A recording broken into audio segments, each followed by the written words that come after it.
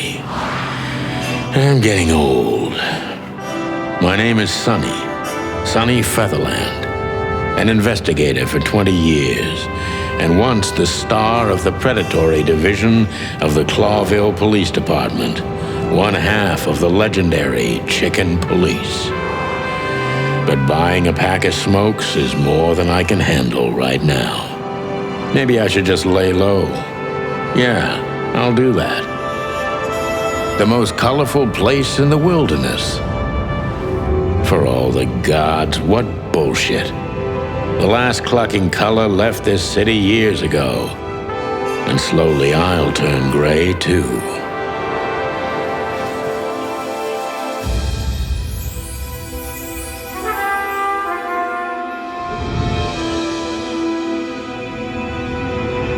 Still, what do I expect? We're living in a vast experiment, and don't even notice that everything got clucked up a long time ago.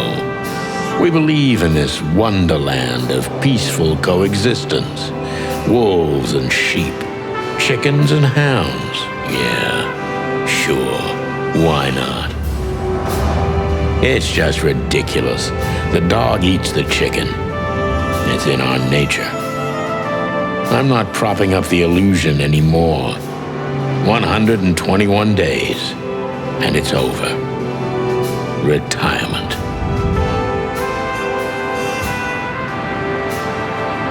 What could possibly go wrong?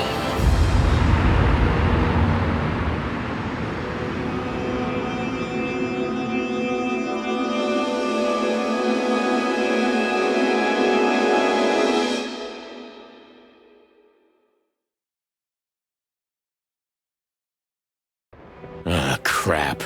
My office lock is a piece of shit if a dame can pick it. She stood in the darkness. The light painted stripes on her body. It whispered secret little things that were never there in the first place. But she was no zebra. Reality was just a light switch away. Elizabeth or Charlotte? I was sure she'd have a sophisticated-sounding name.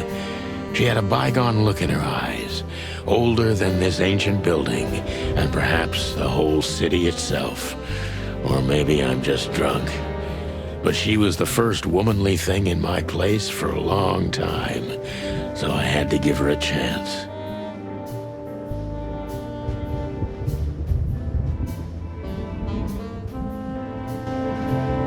I don't even know what these papers are. I promised myself I'd write a novel one day.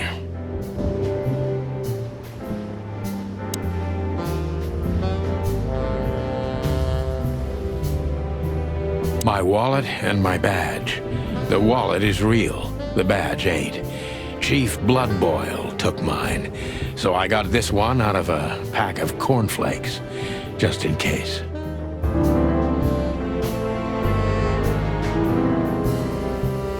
My last cigarette. You're lucky I don't have a light, pal. She doesn't seem so dangerous that I need to grab my gun, but you never know.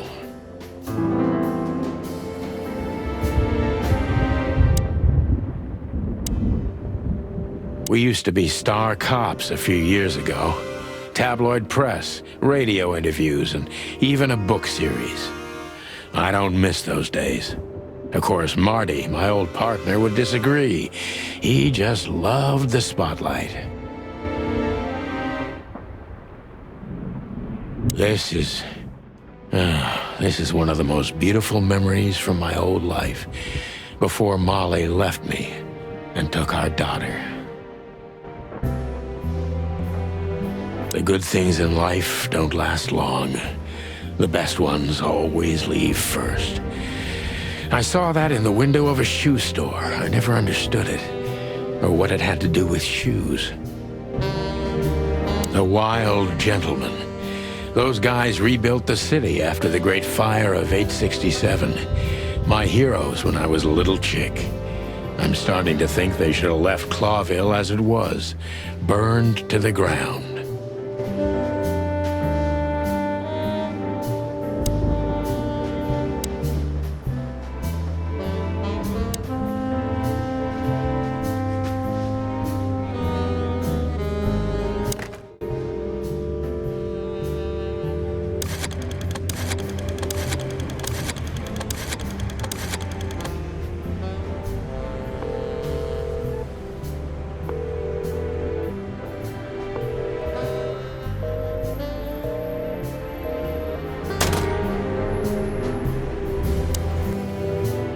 I don't even know where the key is.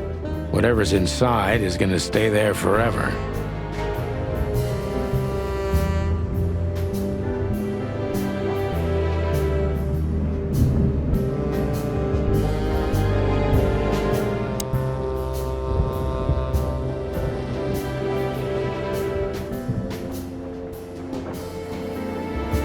If only I were half as God damn, what an embarrassing headline. M.B. Davis, the eternal king of jazz. The photo is from the days of jazz prohibition. I only heard the old man live one time, but I'll never forget that night. And not only because I woke up at the harbor without my gun, my badge, and my pants. It seems like a different life. Oh, my God. I'm becoming a sappy little chick. I wanted to travel the world when I was a kid, but I think I'm gonna end up dead in here whether I like it or not.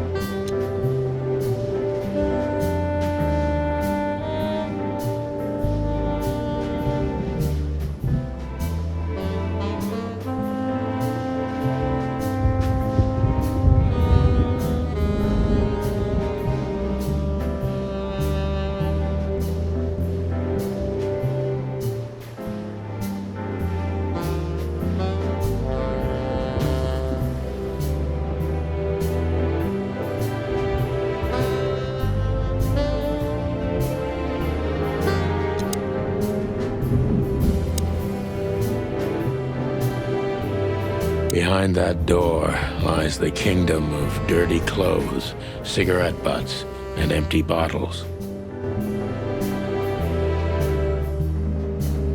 Books I'm never gonna read. Maybe nobody ever has. I don't see colors anymore. Only emptiness. Everything faded. I need another drink.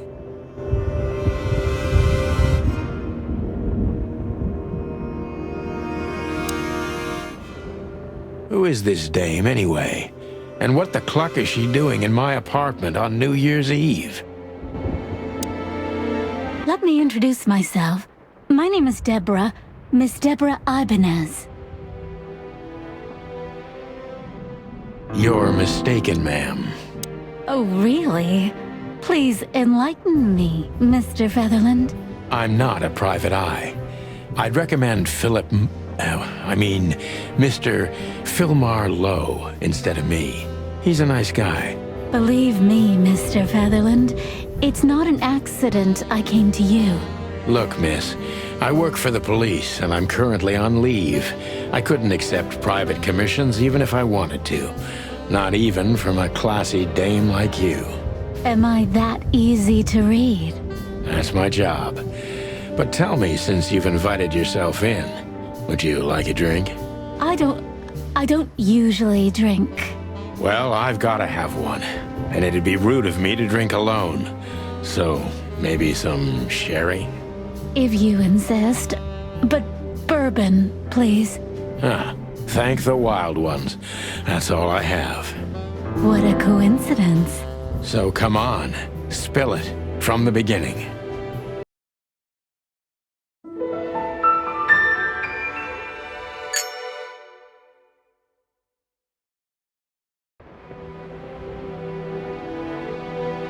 I can't even remember the last. Legs that go on for days. Deep, dark eyes. Silky skin and voice. You're in big trouble, pal. That's better. Now, if I understand correctly, your mistress is receiving threats. What kind of threats, exactly? It's a very strange matter. First, there were letters. Then it came printed on a wine bottle's label, sent as a gift. Then carved into a brick, thrown through the window. And finally, they painted it on the wall of the house in giant red letters. I think it's time to dig a little deeper.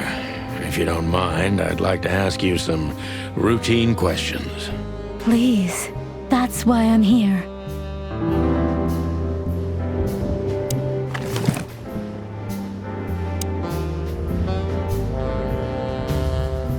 I haven't dusted you off in a while, partner. Looks like I may be needing you now.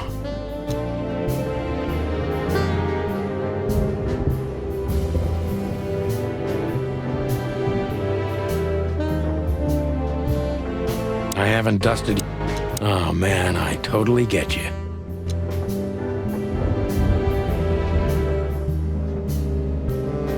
Ironic, but ever since I've been on furlough, with only my fake badge sitting in my cabinet, I feel more like a cop than I ever had before.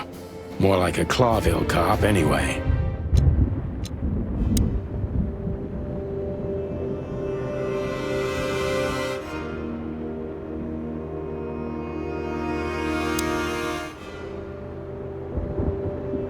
So, this is the part where the interrogation comes, like in those detective movies.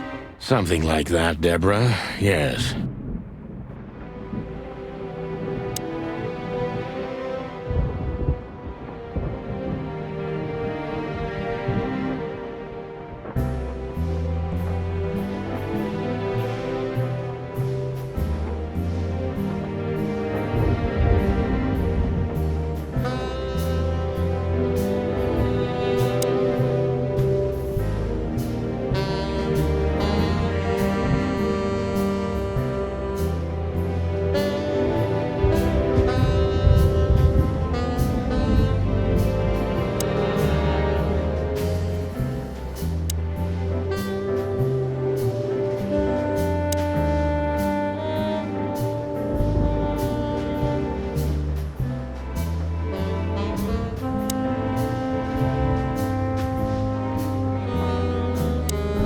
I must be cautious and smart.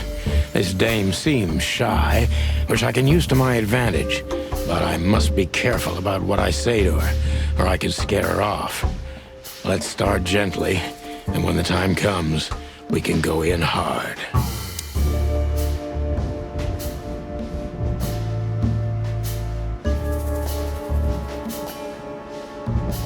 Who exactly are you, ma'am? I'm not somebody important, Mr. Featherland. You're important enough to deal with such a delicate matter, right? I carry out the wishes of my employer, nothing more. This means simple paperwork, most of the time. You've been thrown into deep water, sweetheart. Tell me, can you even swim? Believe me, this is just as unpleasant for me as it is for you, if not even more.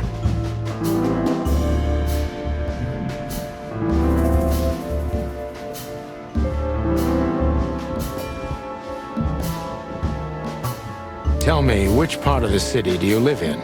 Calavera Hills? Flowerville, maybe? Look, I don't want to answer that. I'm here on behalf of my employer, and not on personal business. Fair point, Deborah. Let's try a different approach.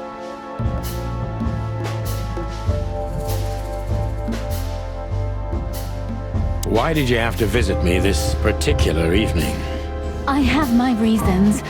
I may look like a silly little fawn, and maybe I am, but I still have common sense. I don't doubt that for a second, Miss Ibanez.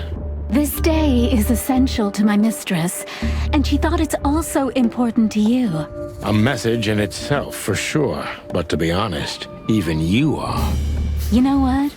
I'll just take that as a compliment, even if it wasn't meant as such.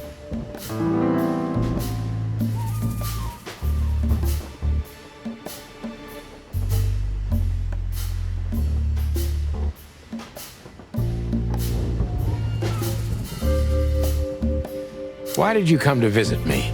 Why not your employer herself? My employer is Miss Natasha Katsenko. She hasn't been leaving her home lately, only if she really has to. How so? Miss Natasha is afraid. She's scared because of those unwanted messages, and everyone knows who she is. So, she's that kind of woman. I don't know what you mean. Of course you do, Deborah. Thank you, by the way. We're finally getting somewhere. We avoided the point long enough. Deborah's hiding something, no question. Let's focus on that.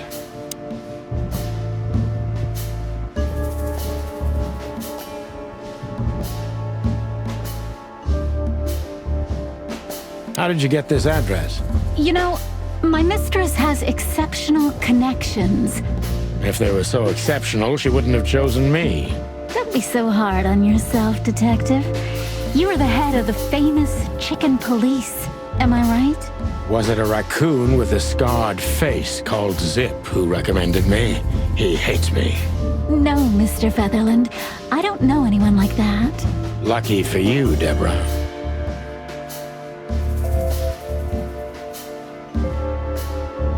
What exactly did you expect by coming here to meet me? I expected your help, just like my mistress said. Well, that's very nice. But have you seen this neighborhood? Have you seen this wreck called a hotel? Who were you hoping to find in a place like this? Someone reliable. Well, I am reliable. And discreet. That's right. And thorough. No question about that. And has a heart of gold. Okay, let's stop it right there.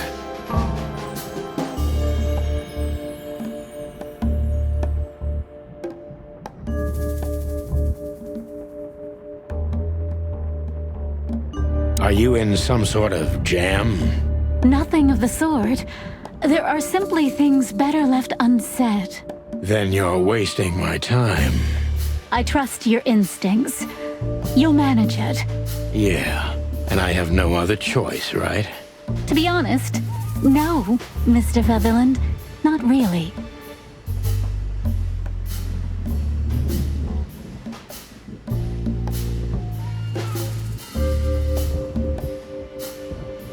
Have you ever felt truly vulnerable? Honestly, very often, Mr. Featherland. Great, because that's exactly how I feel right now, Deborah. I'm sorry if it's too unpleasant for you, but we had no one else to turn to. You know, I get that a lot, and it never ends well. Do you like happy endings? Not in books or movies, but in real life it would be nice for a change. But this is Clawville. Not many happy endings around here. I knew you were romantic at heart. If what's between me and my whiskey could be called romance, then yes, maybe, a little.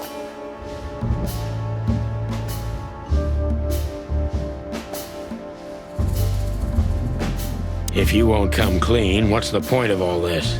But, Mr. Featherland... I'm sorry, sweetheart, but I'm way too old for this game. Please, just think again. For me and my mistress's sake.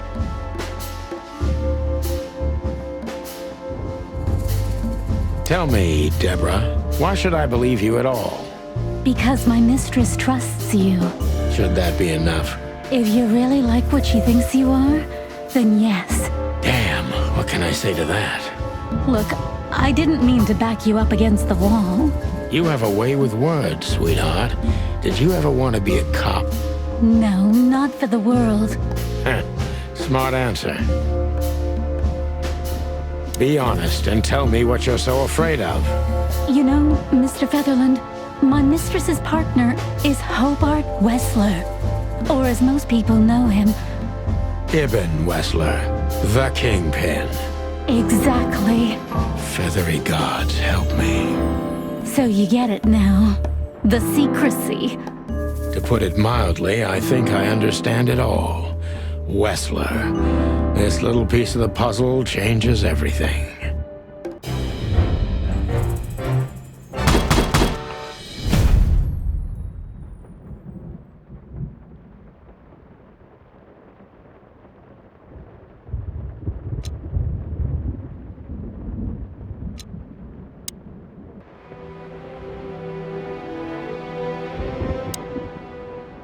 Why don't you take it to the police? Just go there and file a report. Photos, flashing lights, fingerprints, you know the drill. The evidence is very clear. Even a moderately talented detective could easily wrap this case up. Or just try the phone. 555-111. Please, take a look at this. Well, okay. Let's see.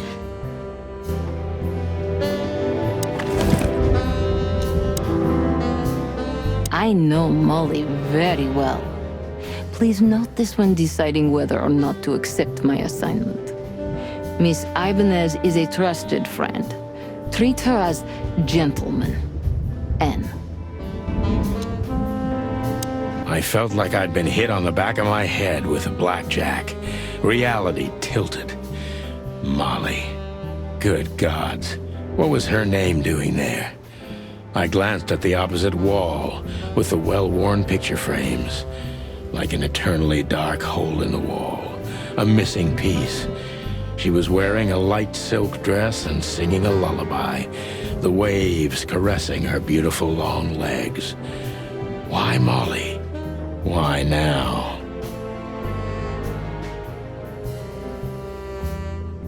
Mr. Featherland?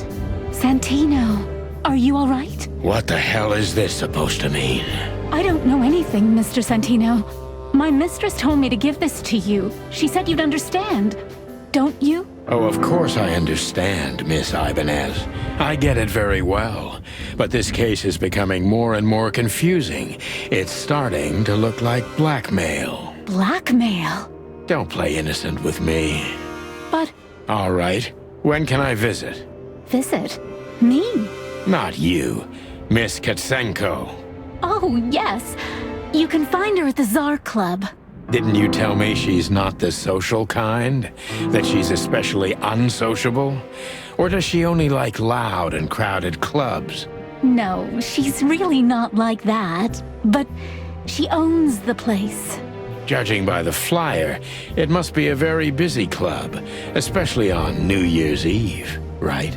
I'm sure you'll have no trouble finding Miss Katsenko, but there's one small problem, Mr. Featherland. Let me guess. Mr. Wessler better not know about my visit. Exactly. How did you know? 20 years experience, ma'am. Oh, and please, call me Sonny. It was a pleasure to meet you, Sonny. I'll talk about the rest with Ms. Katsenko in person. A good friend of mine would be happy to take you home if you'd like. I'd appreciate that, Sonny.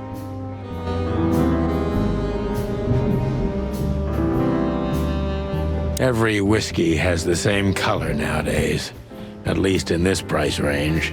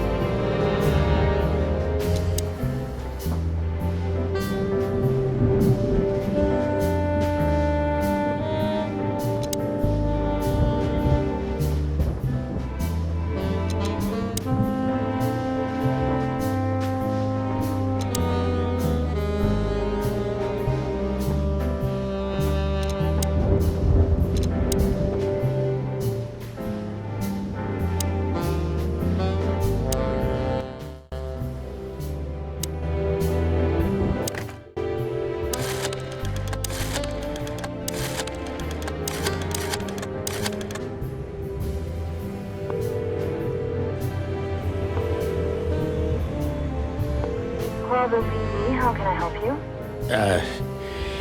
Nothing. Forget it.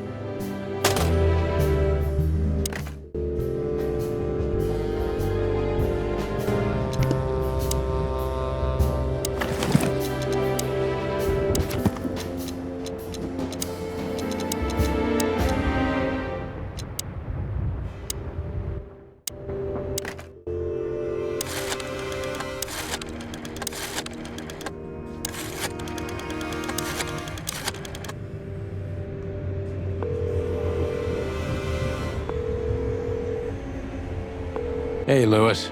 Am I bothering you? No. Of course not, Sonny. Old friend, what's up? Could you come over? I've got a favor to ask if you're not busy. For you, anything.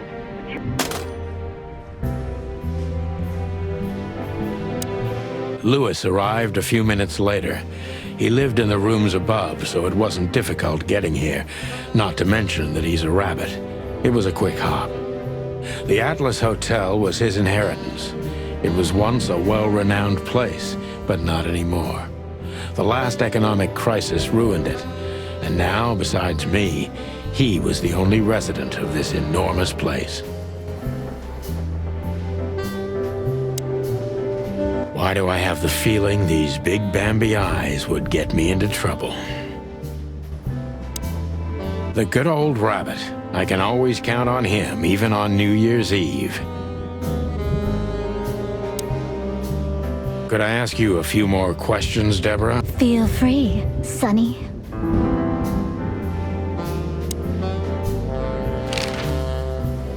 I've already told you more about myself than I wanted to. Afraid you'll get your hands dirty? I'm afraid I already did. Do you think my whereabouts aren't a secret? Do you think they ever were? Well, I was hoping. Clawville is a big city, but Oh, please, flatter me more.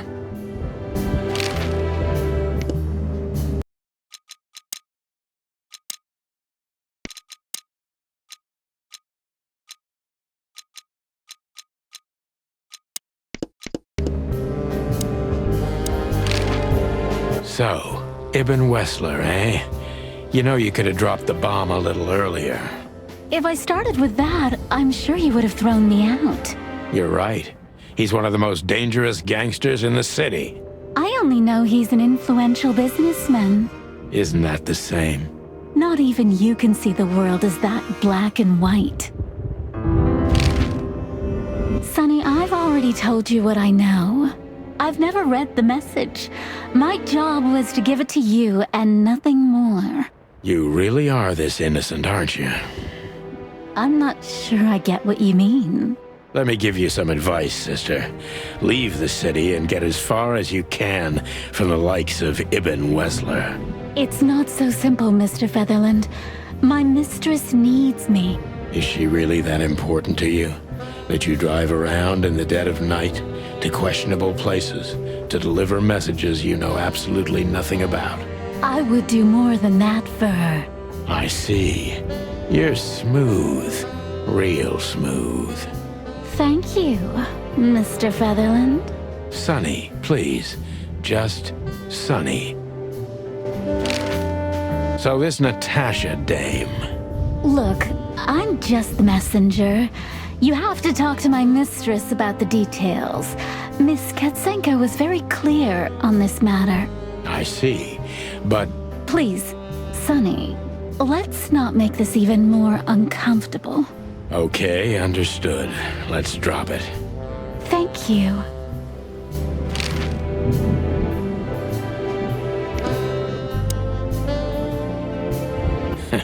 I hope the old bunny had nothing important to do.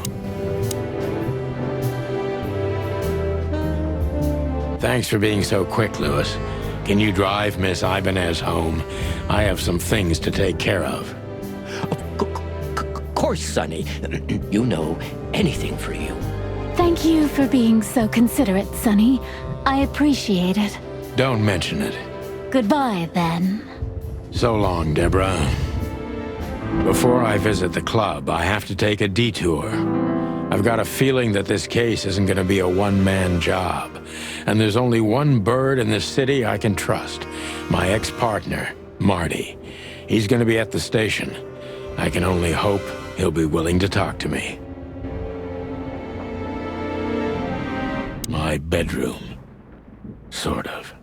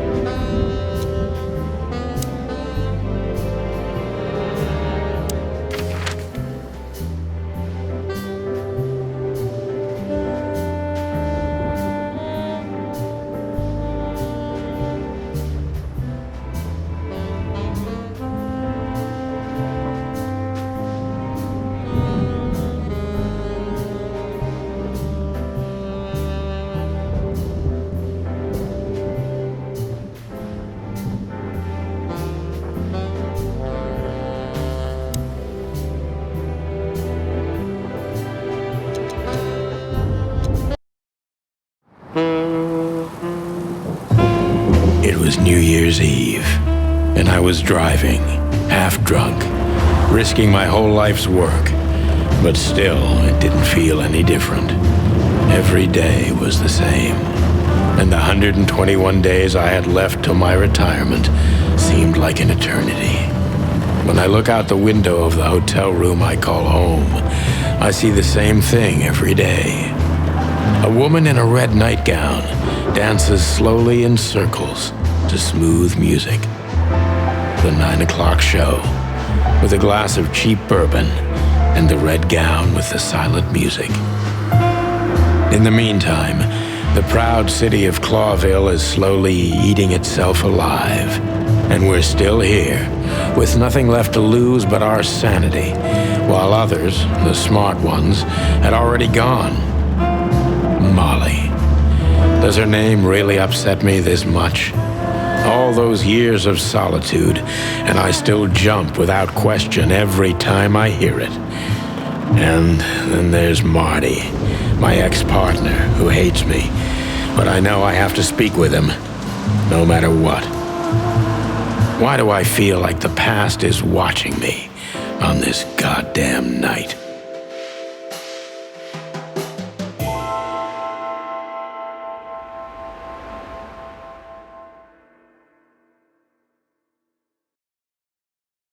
I knew where to find Marty.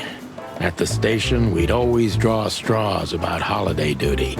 Marty never joined in. He always took the New Year's Eve shift, even though he had someone to go home to. I understood. 10 years ago, we survived the night the press called the Bloody New Year. Forgotten by Clawville, but not by us. We both left parts of ourselves behind that night.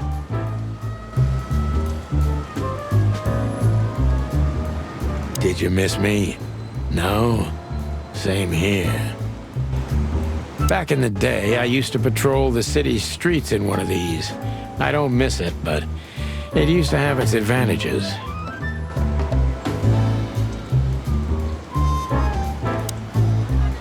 Phyllis and Roy's. Two hedgehogs with an arrogance typical of novice cops. They're as prickly as they look. Officious little shitheads, but harmless. Well, look at that. Hey, Sonny, what you scratching out over here? I heard the big boss threw you out. Tough luck, boys. I may not be on duty, but I'm still a cop, just like you. Well, more than you. Hey, you don't have to be so peckish, old bird. By the way, you're in luck. Blood Boil's not in tonight. Malloy is in charge. Oh, God. That clumsy buffalo is here tonight. If he doesn't end up in a cell again, he's lucky. You got it. You looking for Marty, eh? I see you're still the brains around here, Phyllis. Yeah, I'm looking for Marty. Birds of a feather flock together. I see you're still the funny guy round here. You'll find the giant feather duster at the shooting range. As always. Hey, Royce, I'm telling you this because maybe you'll be able to understand. If this prickly shithead makes another racist remark, I'll strangle him with his own raincoat. I'd love to see that. Hey, whose side are you on, you jerk?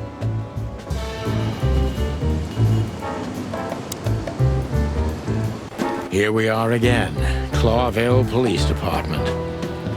I've never been good at history, but if I'm not mistaken, this place has been a church, a hospital, and even some insane cult's secret hideout over the years.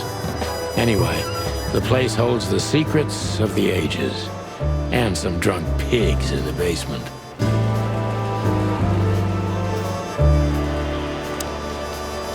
All it takes is one look, and my comb starts to tingle, which never means anything good.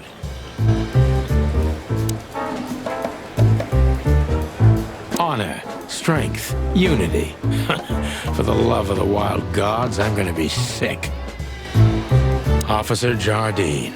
They say she's clever, smart, and dangerous. We need more of her kind in here.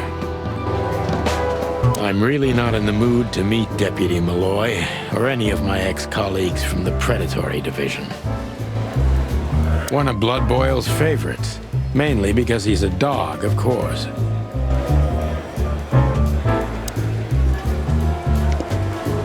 We used one of these as target practice once. Not out of disrespect, we were just too damn drunk. Marty drinks this shit.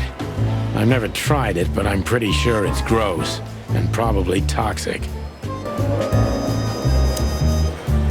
Monica Rosen. Receptionist in theory, but in reality, she's doing literally everything around here. Like the beating heart of the PD. She's too good for this place, even for this city.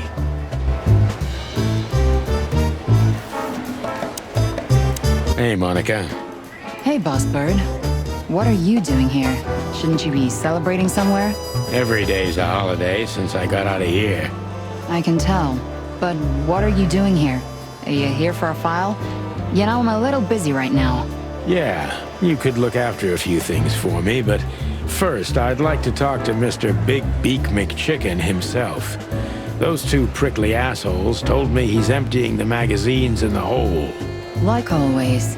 And if he carries on like that, he's gonna use up all our ammo. So it would be nice if you drag him out of there. You know how this day is for him.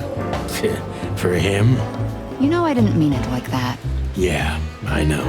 Okay, so just sign here and you're good to go. Thank you, darling. Don't mention it, Boss Bird.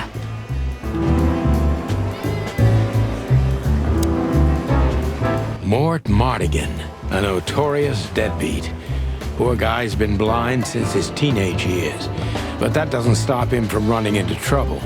What the cluck did he do this time? Holy wild ones, look what the cat dragged in. Hello to you too, Bosco. I see you're busy, as always. I've been sniffing around one of the rundown joints. You know how it goes. And boom, this son of a lizard comes flying out the window. I didn't know the lizards could fly. So, Mort was being a bad boy again. Nothing unusual. And you? Still dying? I'm still a cop for another 121 days, Bosco. It's as unpleasant to me as it is to you. All right. No need to bite. Wasn't trying to mess with you.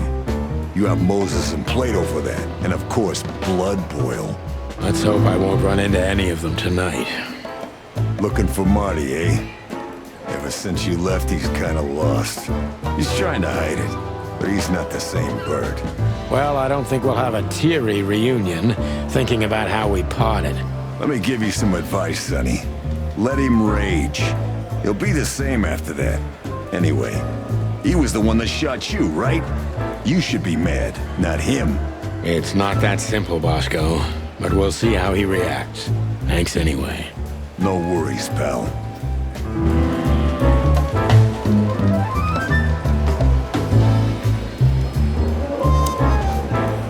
Mort, you scabious beast.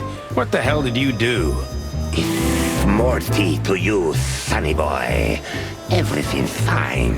There was just a bit of trouble in the bar, and someone got knocked on the head with a glass. It wasn't my fault. I'm as blind as a bat, am I right?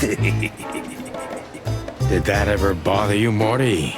Listen, sonny boy. Go tell them to leave me alone, eh?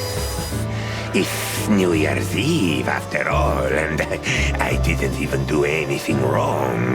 Not that wrong. Where's your little lapdog to get you out of this mess? Is that little pimp of a midget still sniffing around you? Jesse is a good boy, Sonny. And he's good to me, believe me. Oh, God, spare me the details. When will you finally realize that little shit's been using you? Oh, of course he's using me. What could a pretty boy like him want from this old monster, eh? Still, Sonny, I have no one else. You understand that, don't you? Even you deserve better, pal. By the way, you look horrible, even for yourself. Are you feeling okay? Well, I'm not what I used to be. But neither are you, judging from your voice. But I'm seeing a doctor, sonny boy. I really am. Are you? Don't need to, Mort. I'm fine. Anyway, if Bubo prescribed you something, don't even think about taking it. I don't talk to that insane owl. Damn right. Please, say something on my behalf, okay? I really don't have time for this Detective Buffalo shit. Hey, careful with that. Buffalo Malloy is the chief today. Like I care. I'll try to speak for you, but keep it down till then, okay? You don't need this shit, and I don't need it either. Sonny boy, you've always been a good friend. More like a clucking pigeon.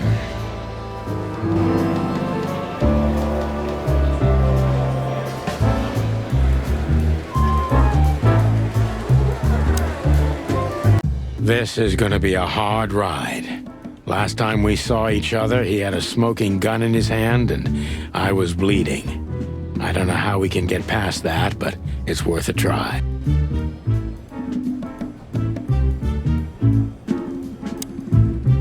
Long thighs and a big gun. That's Marty's idea of a perfect woman. Can't blame him for it. I was just about to go when you came in, so if you want shooting practice, maybe turn on the lights first. You're right. I'm gonna do that. Claudia. Tiny, dark, and angry, and hits you where it hurts the most. I know her well. Marty calls her Susie, and I have to say, this little she-devil pulled us out of many tough situations over the years. I believe this piece is forbidden. Cops can't use it, but this is Marty's personal collection, so it doesn't matter. At least nobody has ever complained. Her Majesty Big Bertha. Or rather, Big Bertha 2, because there was one before her, a sawed-off little broad, but we lost her in a swamp. Marty cried for a week. But once he saw this giant lady here, the balance of the universe was restored.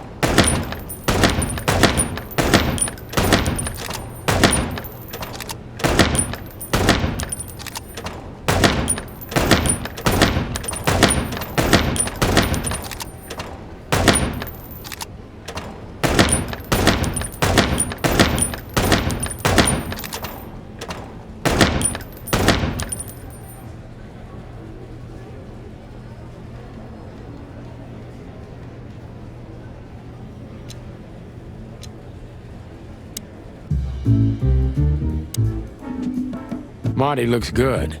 Big and loud and angry as always. Hey, Marty. Oh, well, look who's here. Hello, Boss Bird. Are you lost? This is the PD building, you know? Cut the shit, Marty. We're better than this. Well, at least you are. Better than anyone, huh? Marty, come on, let's forget that. What's past is past. Easy for you to say, Sonny. Damn it, Marty, you shot me, remember? I almost bled to death. Hell yeah, I remember. Unfortunately, my aim wasn't good enough. I need your help, okay? That's what you want to hear. Well, it's a start. Okay, I've said it. I won't do it again. Yeah, right. So, are you in? Just for tonight. Small case. We'll wrap it up in no time. What kind of case? A personal one. How personal? Very. The kind of case where if you come with me right now, you're not on duty anymore.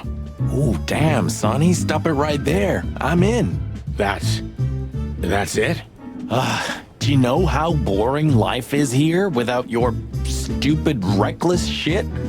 Soon enough, I'll shoot all the ammo in here out of boredom. Right, so, tell me, what's it about? I'll tell you in the car. Ooh, can I bring Bertha? Ah, for the love of... Marty, this is a routine case. You can't bring your shotgun, okay? Bertha stays. Okay. But at least Susie can come, right? All right, Susie can come. That's what I want to hear.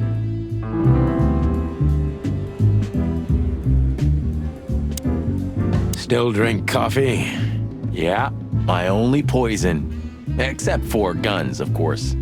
And women. We could visit our old haunt. What do you think? Oh, a nice cup of Zips coffee and the hot dog. I'm in. Oh, and maybe we'll get into a little fight too, huh? If it comes to that, I'm leaving you without a blink. Oh yeah, like last time? Those were different times, Marty. With a different Sonny. Well, all right. To the city then. You don't have to come with me, you know. Okay, I know. Let's go. Sonny, there's a little problem. Not so little, and it smells, too. What the furry hell is Blood Boil doing here? Well, it seems we can't avoid speaking to him. Oh, yes, we can. You have your rifle with you, right? What? Just kidding. Sort of.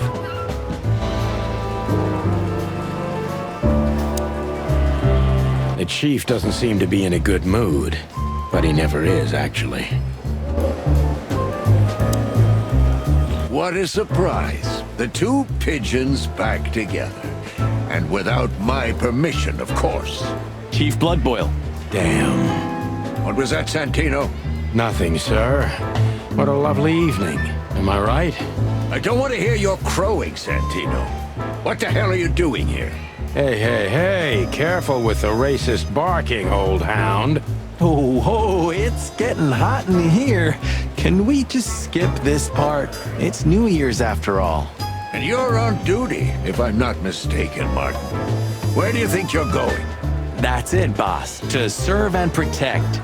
Sonny was in the neighborhood and stopped by to say hi. He's a cop too, right? Only on paper, and you know that very well, Detective. I don't want any trouble, boss. I just wanted to say hi to Monica, and then this feather pillow showed up. I invited him to grab a quick coffee. You can allow him that much, can't you? Your coffee breaks usually end up in shooting or brawling, chickens. Oh, just a coffee, boss, I swear. Oh, have a heart. It's New Year's Eve, and I haven't seen my old partner for so long. How touching. You shot him with a shotgun, if I remember. Family quarrel. For all the marrow bones of the world, get the hell out of my sight. Have a lovely evening, boss. You especially. Fuck off right now, Santino.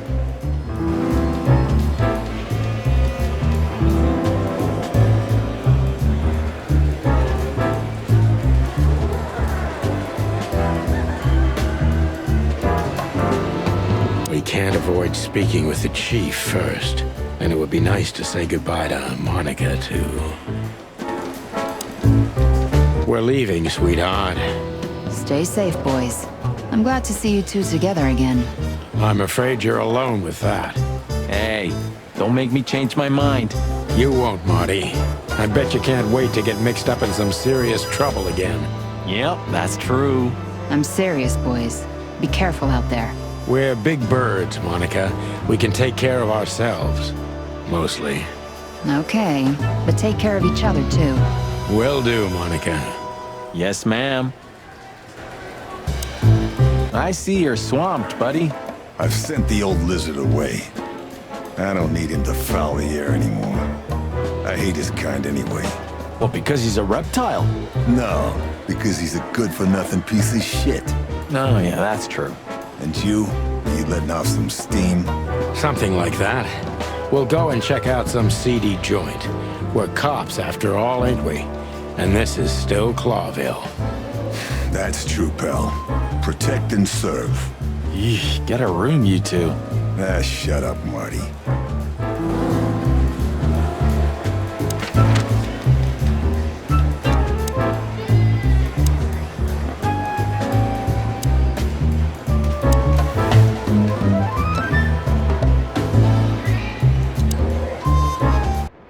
Yeesh, my condolences, pal. I see your cleaning lady died. Yeah, she set foot in the bedroom once. I haven't seen her since. I didn't dare to go after her. Oh, I wouldn't want to go in there either. But what's that smell? Cigarettes and whiskey. Yeah, with a hint of dirty laundry, but no, this is lavender? Ah, that. Now, that's got to be the Ibanez dame. You know, the broad who gave me the letter. And the job, obviously. Ah, pretty, huh? I can smell it. She's an exotic, too. An impala, maybe? Furry hell. That's why Chief Inspector Bloodboil hates you so much. He's jealous because your nose is better than a clucking bloodhound. The bitter old dog. He just hates all foul. Ah, true. Except for Monica. Monica's a fairy, not a bird. So, what now? Well, let's gather my stuff and head to the club. We gotta find out who this Natasha is and what she wants from us. I mean, what she really wants. After you, Boss Bird. I wouldn't like to touch anything in here anyway. If it's okay, I'll just stand around and stare out the window? Sure, just do it quietly.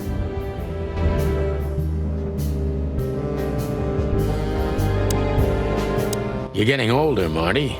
You look like shit. Ah, gee, thanks. I thought angels don't grow old. Ah, leave it, will ya? Sure. Boo-hoo, huh?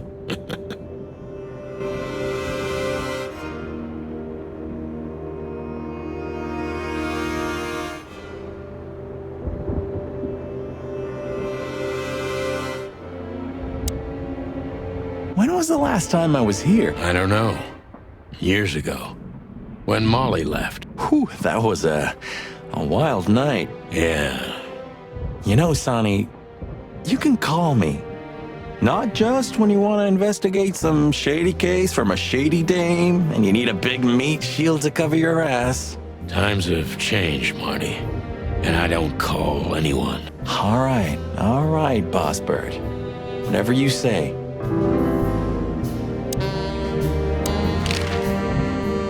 So, am I staring quietly enough? Well, the floor's creaking a bit when you shift your weight, so... You're an asshole. Have you been there before? Never. You know, it's not my style. It's too fancy for me. I'm more like the smoky, smelly, ramshackle little joint type. Yeah, same here. But we're not gonna mingle like this, right? We're not searching for a tailor on New Year's Eve, okay? We'll go as we are. That'll be exciting. Let's just stay out of trouble, okay? What trouble? That's the spirit. So she just turned up with a message and this flyer, and you fell for it? Maybe I was bored. Or maybe there's more to this thing than meets the eye. Yeah, there's always more. Maybe I just wanted to meet you for old time's sake. That's not funny. I've never had a good sense of humor. You know that better than anyone. That's for sure. So the Tsar Club, huh? My city's on fire. Sounds good. But that's all? It's kind of weak for a clue. It's not a clue. It's just a guide. By the way, it's New Year's Eve. We deserve some fun, right? Well, that's true. But it's never that easy with you, Boss Bird. There's something you're not telling me, right? Nothing important, Marty. Yeah, if you say so. Oh, hi, Mr. Sinclair. How are we? Sinclair is doing fine, thanks. Anyway, you still talk to your guns? Yeah, and so what? Other animals talk to their plants. Crazy, isn't it? At least a gun has a soul, and it's useful. I can't believe you're allowed to walk around freely, Birdie. Oh, if you only knew what I'm packing right now. I don't want to know what's under your feathers, Marty.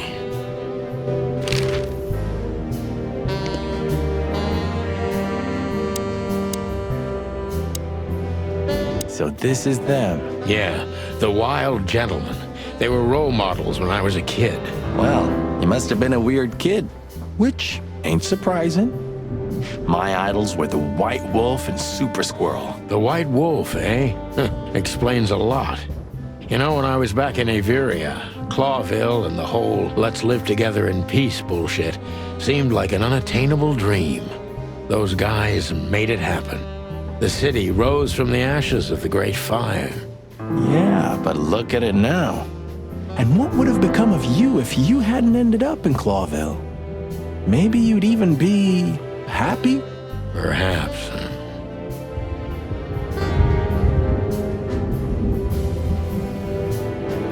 Huh. The old days. You know, I miss him sometimes. What? The hype? Us as celebrity cops?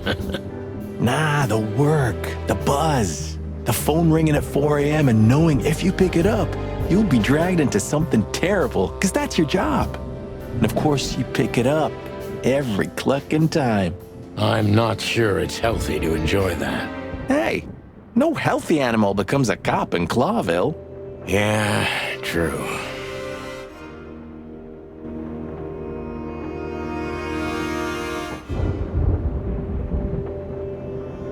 Ah, man, I can't imagine how you feel. The only good thing you ever had, huh? Shut up, Marty. Sure. Who's that shaggy creature? That's M.B. Davis, you bird brain. Politician? Am I gonna have to smash your beak? Seriously, I don't know who the hell he is. I didn't know you used to be a kindergarten teacher. But leather? It's history, so back off. I'm touched by the trust you have in me, Boss Bird. There are things better left undisturbed, okay? Yeah, got it.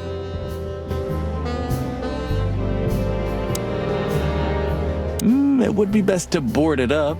It'd go well with this rundown neighborhood. It may be run down, but somehow I still feel like it's honest. Sure. You could live in Cockroach Town. That's an honest place, too. Has a similar stink. Believe me, Marty, I thought about it. Why am I not surprised?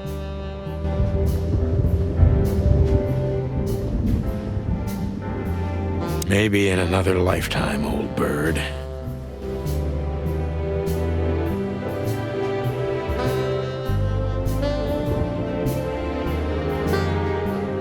Just a bunch of useless crap in there.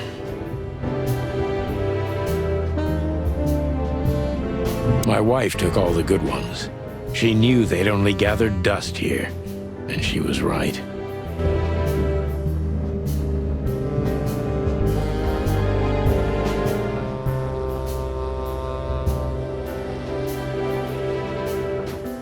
Have you started on your great novel yet? I've already started working on my will, but I realize I'd have to leave everything to you, so cluck that. Huh, pity. I've always wanted a chicken coop smelling like old socks and bourbon. You'll have to earn it first, Marty.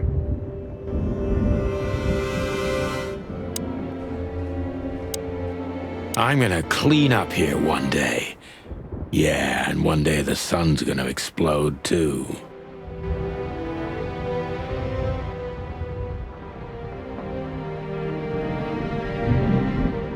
I suppose 2 shots was enough for today. At least until we learn what this Natasha woman really wants.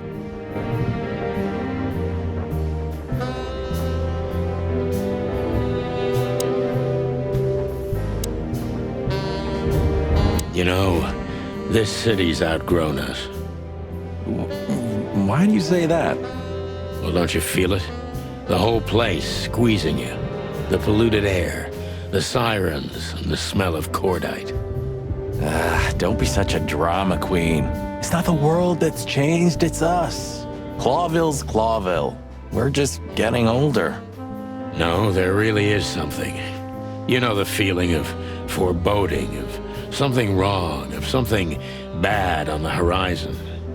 You're screwing my mood. Yeah, but I'm not sorry. No shit.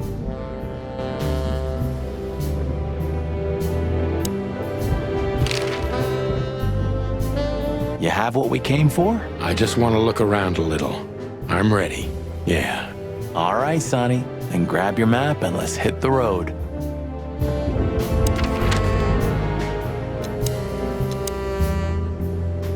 The hop dog was like the last warning. You can still turn back. My eyes lingered on the sign. An enormous dog. Like a neon god with limitless power over cheap hot dogs, plastic hamburgers, and watered-down coffee. The cold light called me, but I didn't want to get out of the car. If we went in, we were all gonna be pancakes, kept together by cold syrup. Marty's worried look shook me out of my reverie. Oh, cluck. Was I talking to myself again?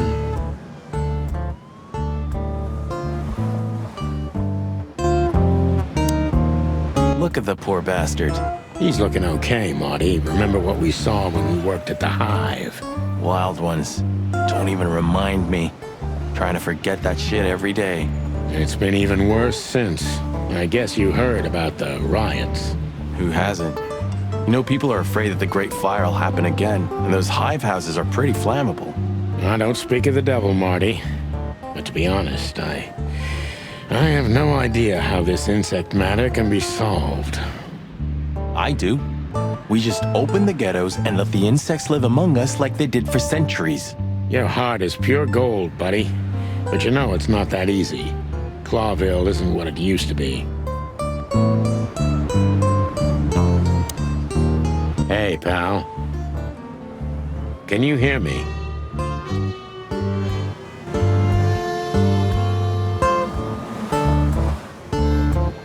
Peaceful, isn't it? Because the whole town's probably drunk by now. Maybe that's the only way it can bear itself. Doesn't it remind you of someone? Shut up, Marty. Got you there, old bird.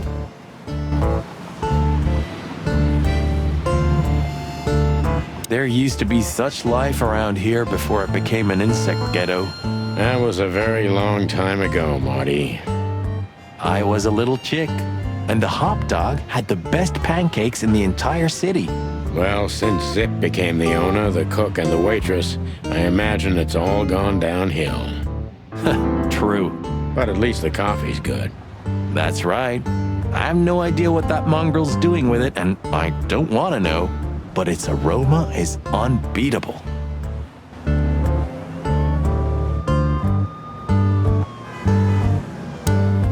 Are you sure that thing's a dog? I always wondered. The name Hop Dog is quite a giveaway. Don't you think so, Mr. Detective? Sometimes the most natural connections lead us astray. Who said that? A natural-born genius? Yeah, right.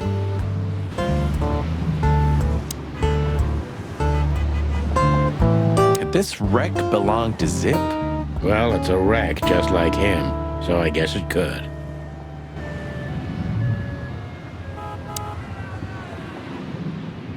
Of all that's furry. Is this still a thing? The situation's getting even worse, Marty. Have you heard how the young mothers of the Cobbler District are forced to make a living? I have no idea what goes on in the hive, Sonny. I don't think I want to know. But you're still gonna tell me, right? Prostitution is the lesser evil. What's worse is that some folks have to sell their kids when they're still larvae. Wait, what? Why? They pay a hefty sum for each of them downtown. They sell them as gourmet food in the most expensive restaurants. Oh, I'm gonna be sick. We made this city, Marty. Clawville didn't do this to itself. Don't ever forget that.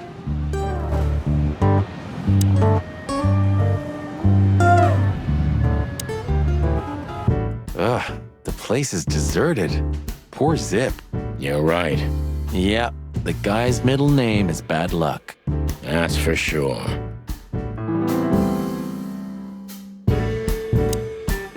And voila, the master himself. What a finch. Sonny, he's a pigeon, not a finch. Don't make me angry, Marty. Okay, I was only joking.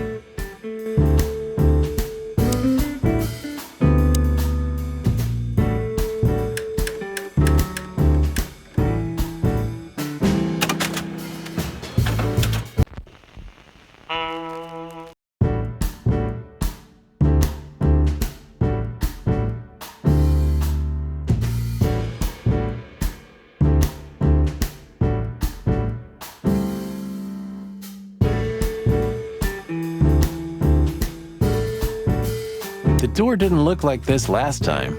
Yeah, because last time you tore it out and beat that baboon with it. Oh yeah, I remember now. So that's why Zip remodeled the whole place. He had to. We didn't leave much of it standing. If I didn't know how nice we are, I'd almost hate ourselves. Welcome to the club, partner. You still don't eat meat, old man? I'm a rooster, a chicken. Why the hell would I eat meat? I don't mean real meat. I'm not a lunatic. But a meat substitute?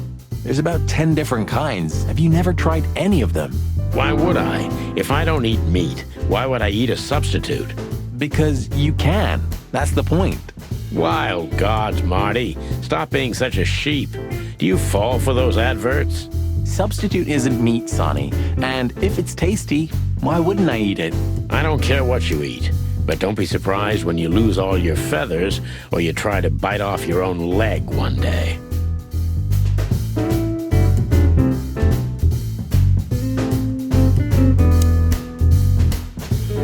The highlight of my day.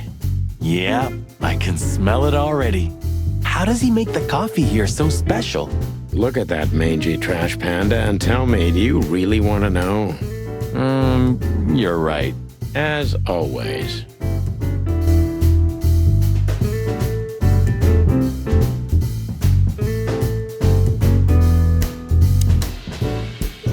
He sure didn't get any younger. Or prettier. You think he's still mad at us? Frankly, Marty, I don't give a damn. Hello, boys. Now, get the hell out of here while I'm asking nicely. Hey, is that how you greet two old friends? Hey, I'm not joking, Sonny. I got a shotgun under the bar. No, you don't, because if you had, we'd arrest you here and now. If there's still life in you when you're full of buckshot. It's going well so far. We're just here for a coffee, Zip, okay? Like old times. Nothing's like old times. Haven't you noticed? Yeah, as a matter of fact, it's quite noticeable. Shit. All right. And where'd you blow in from? We haven't been anywhere yet, but we're going somewhere. Everybody's going somewhere, right? Tell me, how much do you know, Zip? That depends. How deep is it? Bottom of the well kind. Goes down around Ibn Wessler. Holy hell! Wessler? You've dipped your wings in deep shit, boys. If you've got anything on him, don't keep it to yourself. We'd be grateful. Grateful? Maybe you're not gonna trash my joint this time, eh? You know, Ibn's acting strange nowadays. He always believed that if you want something done, you do it yourself. That's That's how it was for years anyway. And? But now, he left his real estate, the fish racing clubs, the casinos, and the bars to his right-hand man, Mongrel Mick. And ever since, he's been kinda weird. Bottomed out, brooding in the seediest joints of the city. Nobody ever knew him to be like this. Weird, huh? Yeah, weird. Do you think it's about a lady? It's always about a lady. Well, there is a woman. I knew it. But not like you think. Is this gonna cost much? Only a favor, like the good old days. Okay, I'm in.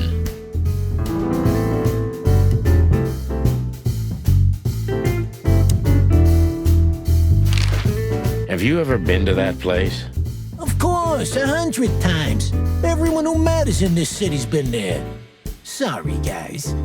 But then, it had a different name and a different owner. Business affairs, right? Yeah, that was the dark era, Sonny. I don't want to talk about it. Roger that.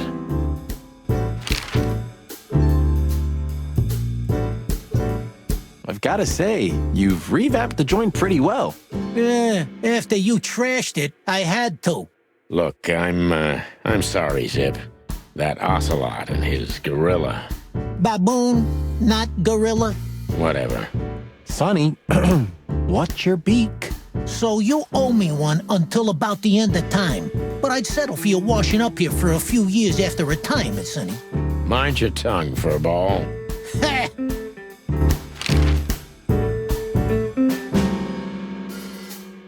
So, Ibn's gone insane.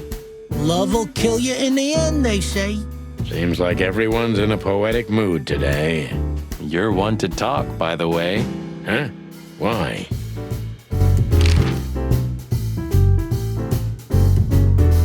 So, about that woman. Is she really that dangerous? What woman isn't, huh? No, Zip. I mean, really dangerous. She's got the most influential gangster of the city wrapped around her finger. She calls him her little furball. How dangerous do you think she is?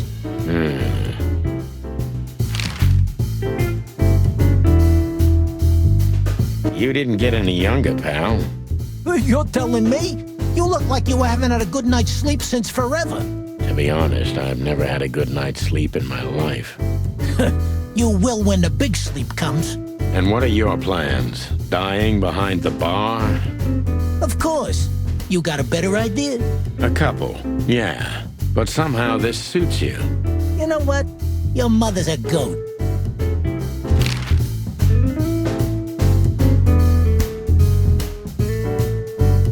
That Natasha's a mysterious woman, a real cursed jewel if you ask me. She came out of nowhere 2 or 3 years ago and landed on the stage of the millions almost immediately. Is that so? Interesting. Yeah, she's got a fantastic voice, makes men go crazy. But we all know that's not what's important. Then suddenly, bam! She got the whole club, just like that. But we know exactly how it was. I can imagine, yeah. Since then, it operates under the name the Czar Club, right? The old click is still clicking, right? Yeah, the club was renamed and remodeled. Everyone knows she was Ibn's lover, but she's not your usual canary. She didn't get involved in Ibn's dirty dealings. Then how exactly does she fit into the picture? Check this. A few months ago, the old rat pulled out of his own businesses and gave control to Mongrel Mick and his mob. Mongrel Mick? Doesn't sound familiar. Mick the Marauder ring a bell? Damn, that little monkey came this far? I think that little shit took advantage of Ibn not being himself. Which has something to do with this Natasha, right? That's my guess. Thanks for this straight dope, Zip. We owe you one. One? You owe me the price of a new coffee shop, remember? Okay. Whatever you need. Just call us. I cluckin' will. Thanks, pal. Hey, I'm not your pal, Marty.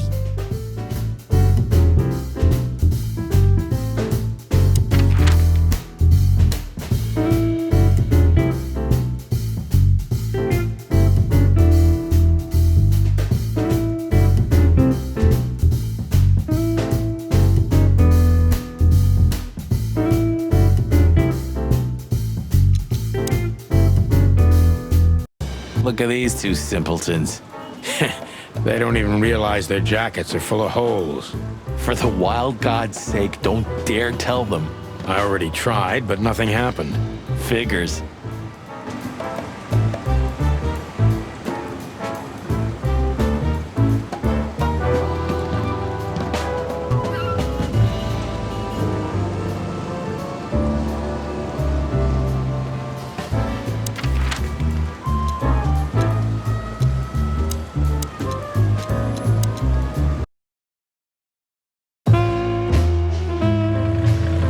Midnight had passed, and the intoxicated madness kicked in. We could only crawl along Shalva District's main street toward downtown. The city's heart beat differently. Ancient buildings were defaced by neon signs and billboards, like half-drunk lovers on a fine leather sofa. Great old houses neighbored by garish modern blocks. A place that makes the head hurt. The Tsar's huge neon sign was visible for miles. A blazing red sign advertised tonight's main attraction, the amazing Natasha. Cops were never welcomed at places like this. I hoped we were too late for the show. We had to be inconspicuous, but it was never easy with this bird mountain by my side.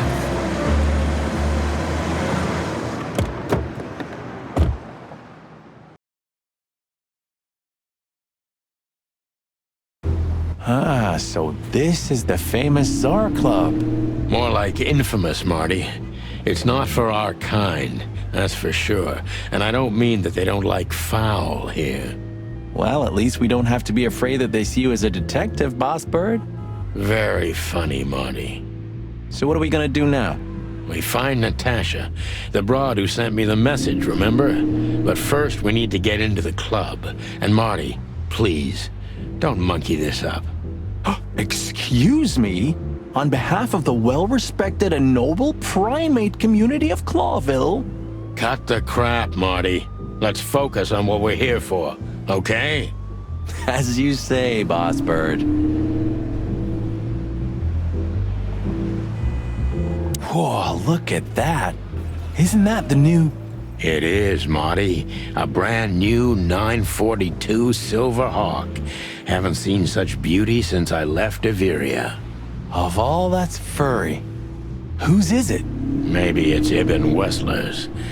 I guess he's no paper tiger. Yeah, he sounds like a fellow who drives around in one of these. Lucky bastard.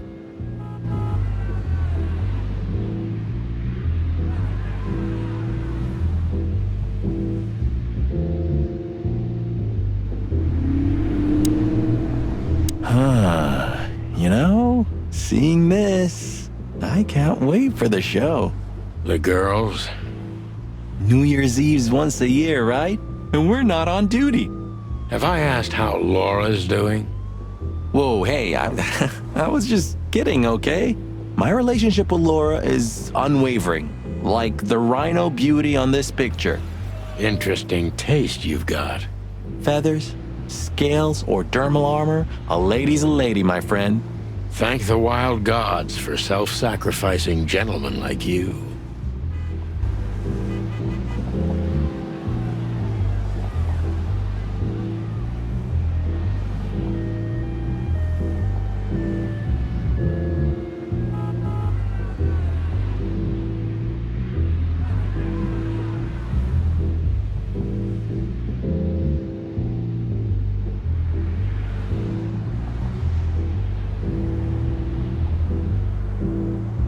My city? A job with benefits, huh? Don't be tasteless. Oh, I get it now. Did... very.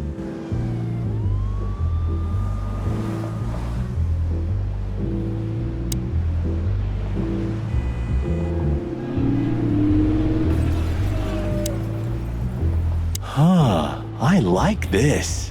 Why's that? I don't know. 'Cause it's moving, I guess. You're a simple bird, aren't you? Yes, I am. Do you remember when the Clawville Chronicle was a really high-quality newspaper? You mean when they wrote something about us daily? Yeah. What exactly happened to them? Well, they got bored with us, Marty. And to be honest, so did I. But still, here we are working together again. Funny, huh? Yeah, hilarious. What a beautiful car. A work of art. Seeing it and thinking about my little rusty Cobbett breaks my heart. Ah, don't torture yourself, Sonny. Only way we're ever gonna drive one of them is if we sign up for the mob. Maybe it would be worth it. I think we'd be great gangsters in another life. Honestly, I think these types of women only see faceless tuxedos, cufflinks, and wallets. And in the mirror, they're just brooches, necklaces, and earrings. Don't be so radical, Marty. They're women. They live by different rules. That was kind of deep. It's not. Just bullshit. There's more where that came from. Ooh, teach me, master. When you're old and wise like me, you'll realize none of it is worth a damn thing. Wait, that was deep again, right? Maybe it was, Marty. Maybe it was. Amazing. Hey, that's your old friend, right? Wait, what was his name? Lawrence? Lamar? No, Liam. Lewis. Yes, it's him. To be honest, Sonny, I always thought that guy's not all there in the head. Nobody's perfectly sane in Clawville, Marty. But if not for this old rabbit, I wouldn't be here today. I'll never forget that. Should I thank him for that? Or kill him for it? You're reading my mind, boss. Sonny, my dear friend. Hi, Lewis. This is my partner, but I'm sure you already know. You have no idea how happy I am to meet you, Mr. Marty. I'm a big admirer of your work. Pleasure's all mine, Lawrence. Lawrence?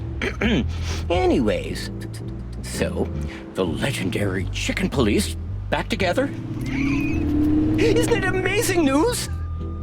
Don't ruffle my feathers, Lewis. Those days are long gone. We're just here for the entertainment. Or something like that. I see.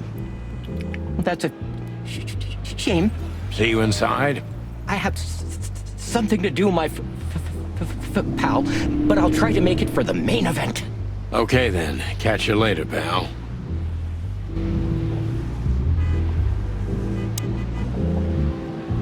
Jeez, look at that guy. That's not a guy.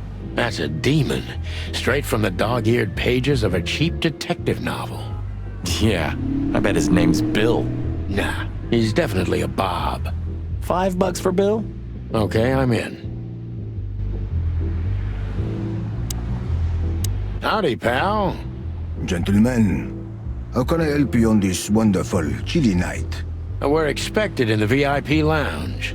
My apologies, but I don't remember ever seeing you gentlemen here before. May I ask? Stop right there, big guy. I get it. Yeah, I know exactly how this works. So what do you have to do to get in? Nothing's easier, sir. Are you on the list? The list? Yeah,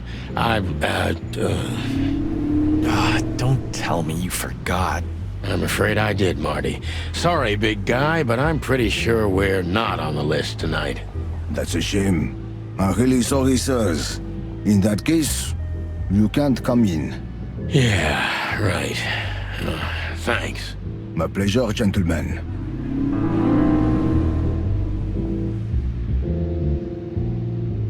Let's not bother her. Okay, boss.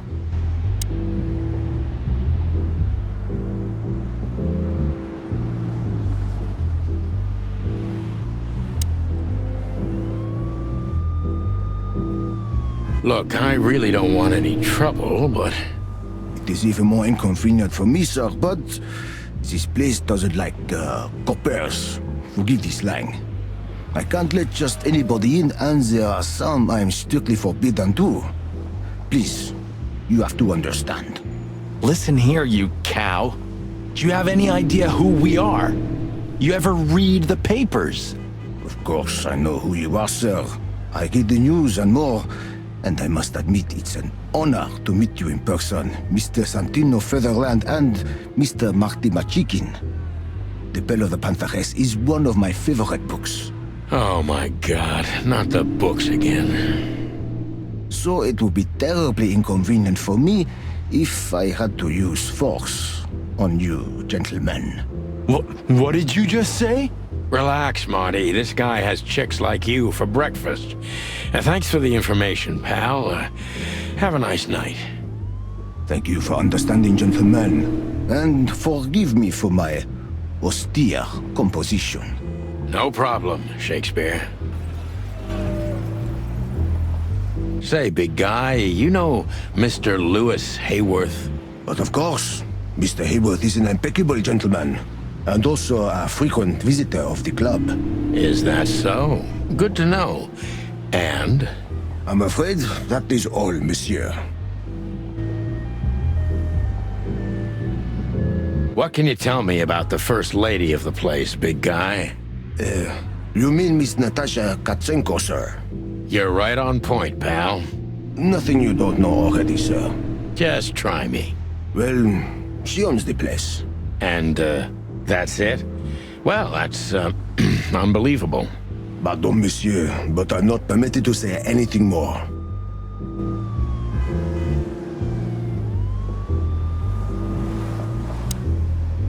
Look, Lewis, that bouncer over there. Well, yes.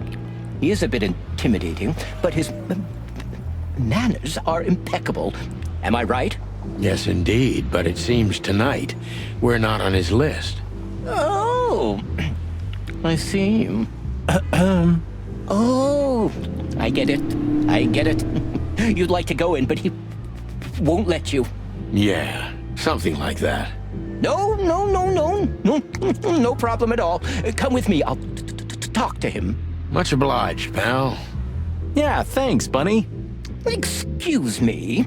Ah, jeez, what the hell's wrong with you, Marty? What? Did I say something wrong?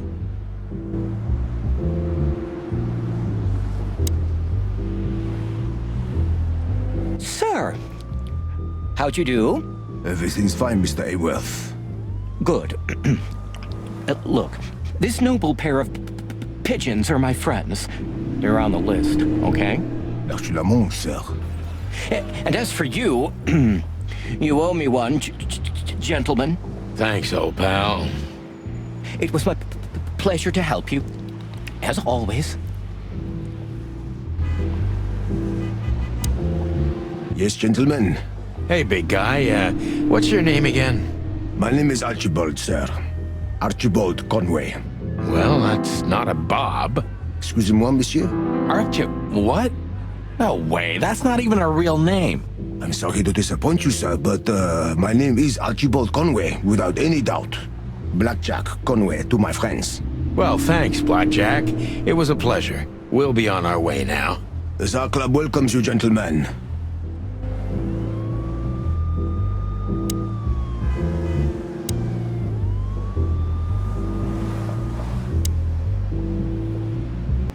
The jazz overwhelmed us. There was no band in sight, yet the music seeped from the walls like years of cigarette smoke and the smell of spilt whiskey. Behind the bar, rows of fancy bottles reflected the harmonious voices of pretty dames and the clinking of crystal glass. It was the kind of place that makes you drunk, even if you've never had a sip. A dangerous place for someone like me. No matter how alien I felt, it was strangely like coming home. Welcome to the Tsar. Well, here we are. Mother of... I take you to the nicest places, eh, sweetheart? Oh, does it mean you're buying, honey? Don't even think about it. Oh, men these days. So, we're here to find a dame called Natasha. I have a hunch she won't be hard to find. Let's mingle and try to avoid suspicion. Just like always. No, Marty, not like always. This time it's for real.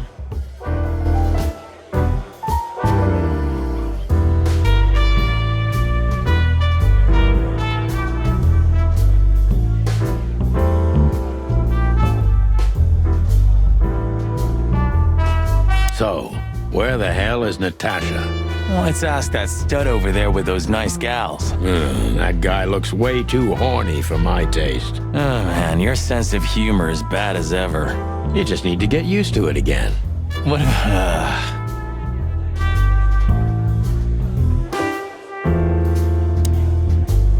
I was hoping to have missed the main event. You're a rusty old cock, that's why. So says the little butt jam. But what? That's not even a word. It is now, all because of you. You should feel honored. Butt jam. You know, Sonny, sometimes you're like an evil little child.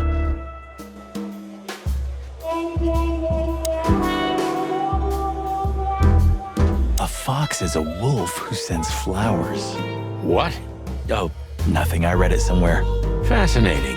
I didn't know you could read. Ha ha ha. Very funny.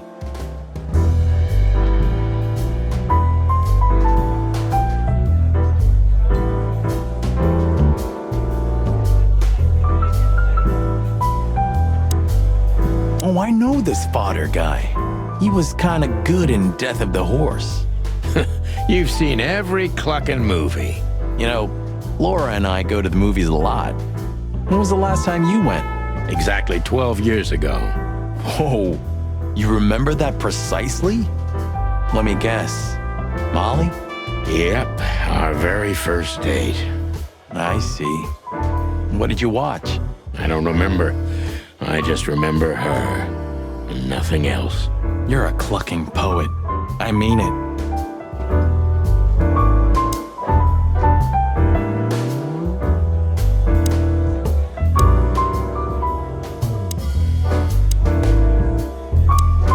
Ooh, I've seen this. Hicks Poodle plays a private eye, hired to look for a woman, then gets into some kind of blackmail thing that's connected to the first case, and... Hey, Marty? What, yeah? I don't give a shit. You think this is one of those movies where the femme fatale gets everything in the end and the poor detective's left stranded? Yep, just like life. Huh, another Lupus movie. Jeez, is there nothing today they're not trying to sell with this guy? Whoa, don't be rude, Sonny. Lupus is a timeless genius. Have you seen Predator City? God, I'm still getting chicken bumps. But wait, who's that next to him? Cassandra Ruby Faye. Nah, never heard of her. Cassandra Ruby Faye. Oh, gods, even her name makes me go weak in the knees. Watch your blood pressure, pal. Don't mind me, just women and guns are my only weakness. No shit. This guy is certainly not a gangster henchman. Of course he's not.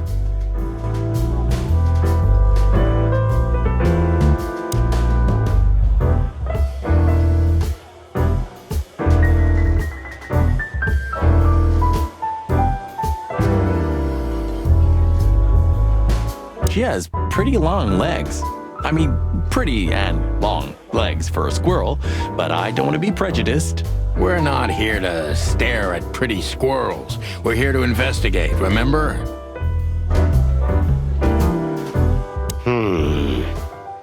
Look, Sonny, I know it's not my place, but Laura's father went to that guy when his, problems had gone too far. You're treading on thin ice, Marty. No, I just... Look, fellas at the station are talking, All kinds of things. Moses, Plato, Bosco, and the others. Talking, eh? About what? About why Blood Boil took my badge? About what an untrustworthy alcoholic wreck I am? Look, I'm sorry, it doesn't matter. Good, and let it stay that way. At least we're cracking this one together, yeah? Sure, Marty.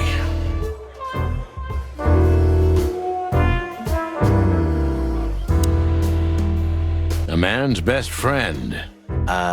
That's not a dog, Sonny. That's a horse. He just has a very weird mane. I didn't mean him, Marty. I meant the bar. Oh, I see. Right. Yeah, because that totally makes sense.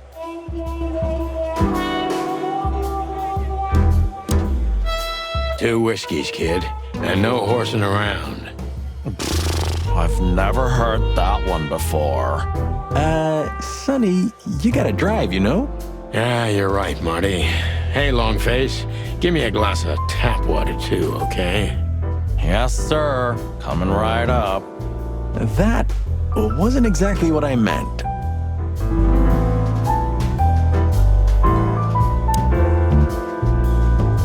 Tell me, hey breath, have you seen Natasha tonight? Not yet, sir. But she's coming on soon. Well, can you tell me anything about Mr. Ibn Wessler? Sir, I don't want to. What about, let's see, $5 maybe? But, sir, you haven't even paid for your drinks yet. Yeah, stop riding on the details, Big Nose. You do your job, and we'll do ours, okay? I mean, we're not here for work, of course. We're just here to relax. Oh, yeah, exactly. Just a little fun. Of course, gentlemen.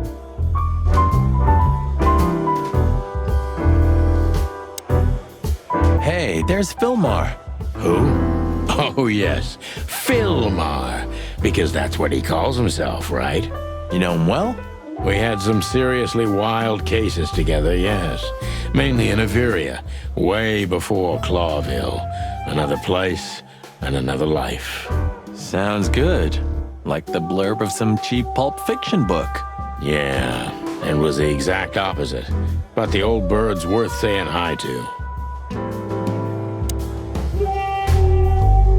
Well, if it isn't the great detective, Marlowe. Blow me, Sonny. You know I don't use that name anymore.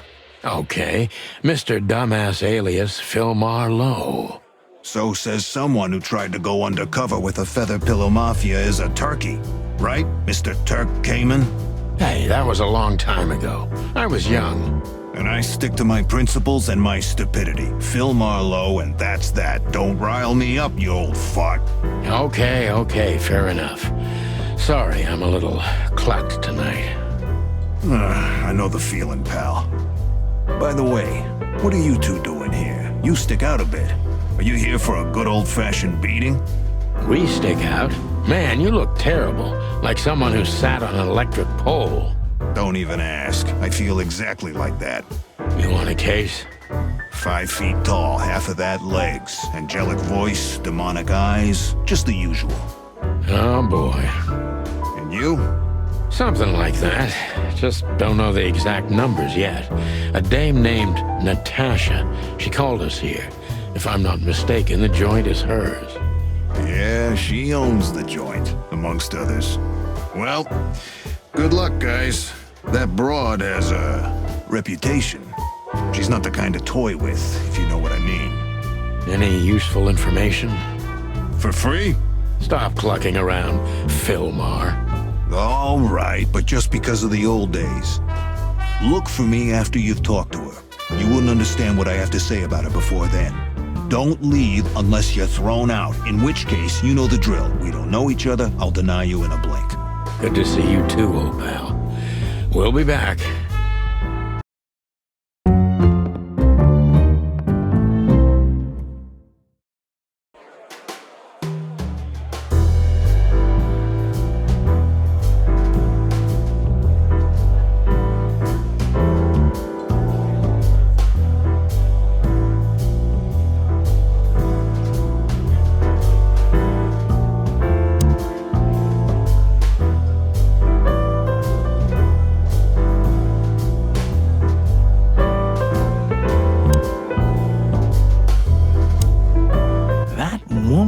Ibn.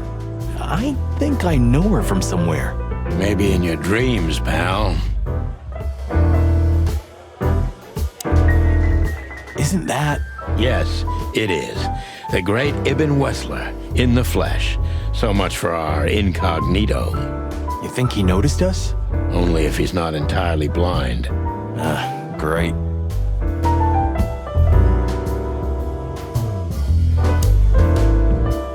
Just act nonchalant, my friend. No, it can't be. What now? Is that Olivia? No, Marty. Hey, Olivia. Are you talking to me? It's me, Marty McChicken. Oh, God. What a pleasant surprise. The Rooster Copper's in person. Chicken police. But yeah, Mr. Wessler, you could say so. The name's... Sunny Featherland, of course. Chicken police. Your partner is, he is, Marty McChicken, sir. I just introduced myself to your lady companion seconds ago. Oh yeah. I'm so happy to see you. Hello, boys.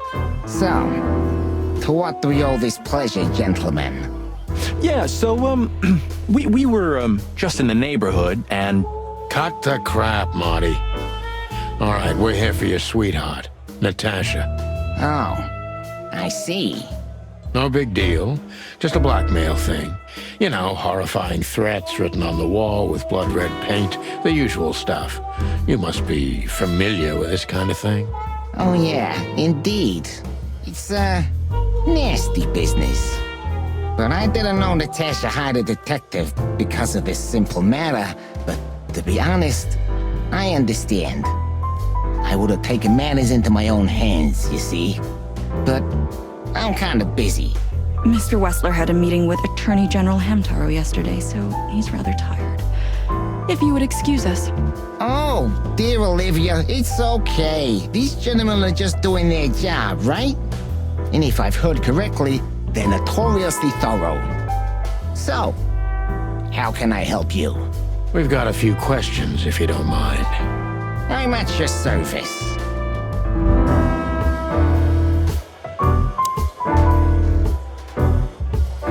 Nice bunker you got here. Well, thank you, but it's not mine. Not anymore. But I'm sure you already know that. Listen, detective. If you want to know something, please ask straight, huh? All right, Mr. Wessler, let's make this a bit more professional. I'm not as exciting as people tend to believe. I grew up in a poor family of many siblings. I'm the only one still alive, unfortunately. My career started with a shoe store, and now, here I am. I wouldn't call that an average life. Shoe store owner to mob boss. How dare you speak to Mr. Wessler like that? Leave it, Olivia, dear. It's just provocation. I'm sorry if I offended you, Mr. Wessler. Shall we talk about something else? Everybody knows Mr. Hayworth.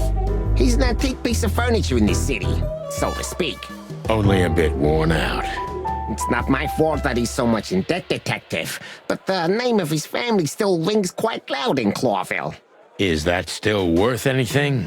The name is just their name, of course, but the man behind the name is another matter, Mr. Featherland. You're a pragmatic rat. Thank you. Look, detective, if you want to know something, just ask. All right, Mr. Wessler. Has your assistant been working for you long? Are you talking about me? Yes, I'm talking about you, ma'am. Let me answer your question then. I've been in Mr. Wessler's employment for 6 months. Why do you ask? Oh, just routine questioning, you know. Most of them aren't good for anything. Just killing time. It sounded rude to me. Yeah, please forgive a detective. Olivia's a real firecracker.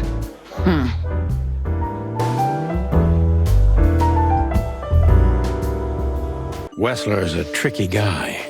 Unfortunately, I don't know enough about him, so I have to be cunning. I can't just pin him against a wall. Yet.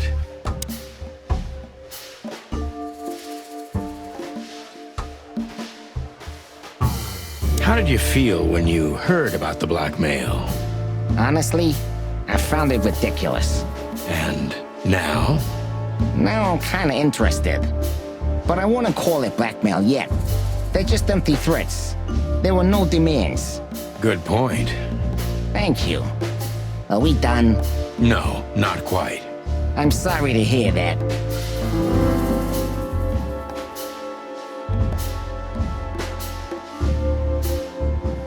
Why didn't you just call the police? Huh? Why? What would have been the use of that? A few messages aren't enough for a case. You should know that. Harassment makes for a case. So do threats. Who were you trying to convince, Sonny? Huh? They would have laughed in my face. Anyway, you know, the police station. Once I set foot in there, I'm not coming out again. Your lawyers are too good for that, Ibn.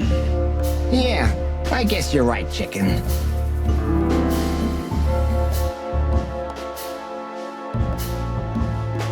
Why would anyone have reason to blackmail your girlfriend? I don't know, maybe because she's my girlfriend? You think that's enough? It's plenty enough. Good point. Oh, are you finally getting to a point? Or do you really want to dig around in my private life? Because, people who do that end up in the alley, if you catch my drift. Very much so, Mr. Wessler. Wessler is tougher than I thought, and he's secretive. It's time to gently beat around the bush.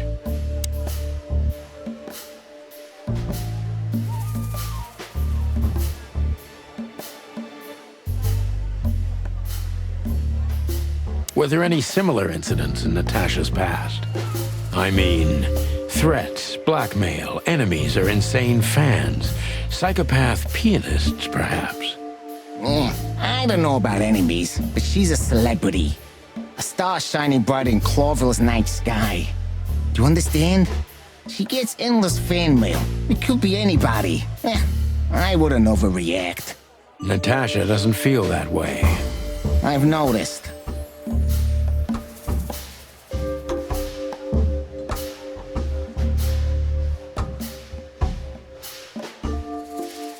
Is everything all right between you and Natasha? Yeah, you don't beat around the bush, do you? Understandable, I guess. Naturally, our relationship is stable and perfect. I'm the setting, she's the gemstone. Yeah, if you know what I mean. I rarely hear such poetry, but I understand exactly what you mean, Mr. Wessler. So, you have your answer. No recent friction? Wouldn't you like to know? It would make my job easier. It would only lead you astray. So be glad that I tell you no. No friction. Ibn is quick-tempered, and I can use that to my advantage. I've confounded and softened him with my previous questions. Now it's time to be specific and ruthless.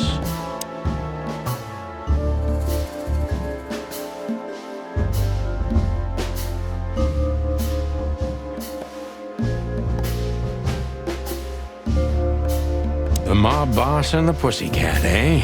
How did you even meet? Huh? Are you trying to piss me off, Corpora, so I accidentally let some big secret slip out, huh? A simple answer would work. You know, Natasha, she's both connoisseur and muse. So, how was it? When was it exactly? You don't remember? That's strange. Ah, yeah. The Millions, of course. It was like another lifetime. It happened right here. Only this place was called the Millions back then. She was a dancer. Behind the scenes, I arranged opportunities for her on the big stage. Yeah, maybe she still doesn't know it was me. Then one day, I invited her for a drink with a promise that if she was willing to meet me, I'd buy the place for her. I guess she was willing. The next day, she had the club in her name. Well, that is romantic. Yeah, there are many kinds of romance, Birdman. There's cheap and there's expensive. You get what you can afford.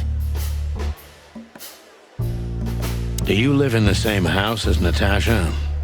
Oh, you're really something. Natasha's a free woman, but mostly, yeah, at my place in Gold Town. But she has her own kind of a weekend house. How often does she use the weekend house? Yeah, every other weekend. Roughly. I see. That's very important information. Yeah, if you say so.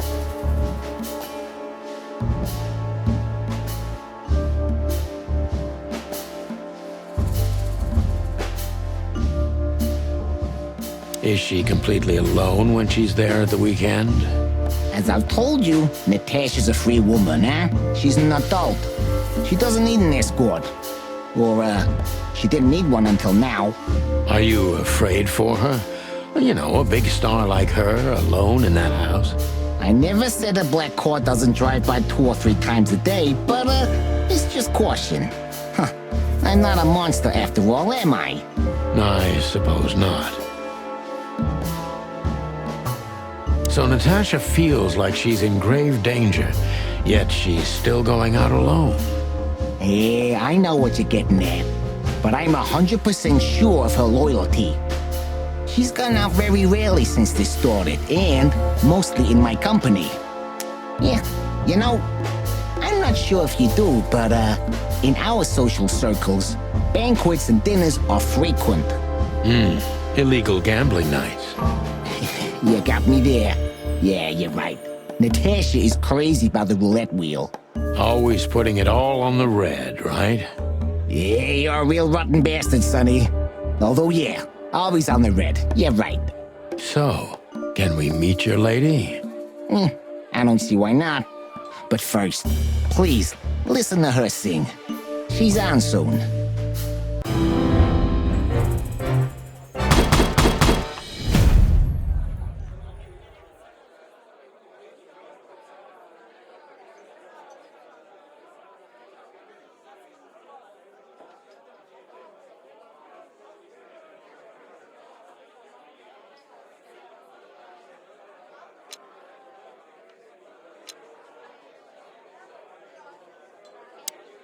Thank you for your time. We'll be seeing you. I have no doubt about that, unfortunately. Hey, we should grab a coffee or something, Olivia. You know, for old time's sake. Pleasure to meet you, gentlemen. Goodbye. Oh. Please, take a seat. The show's gonna start soon.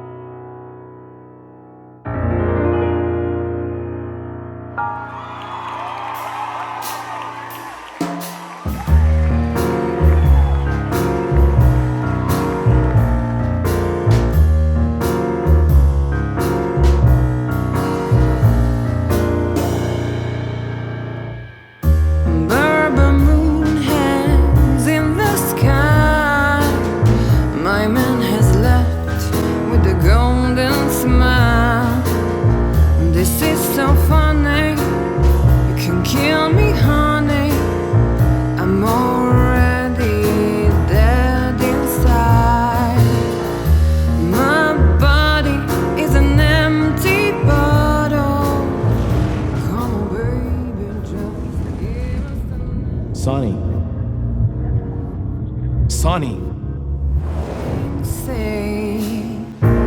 Chloe's still lying in my bed,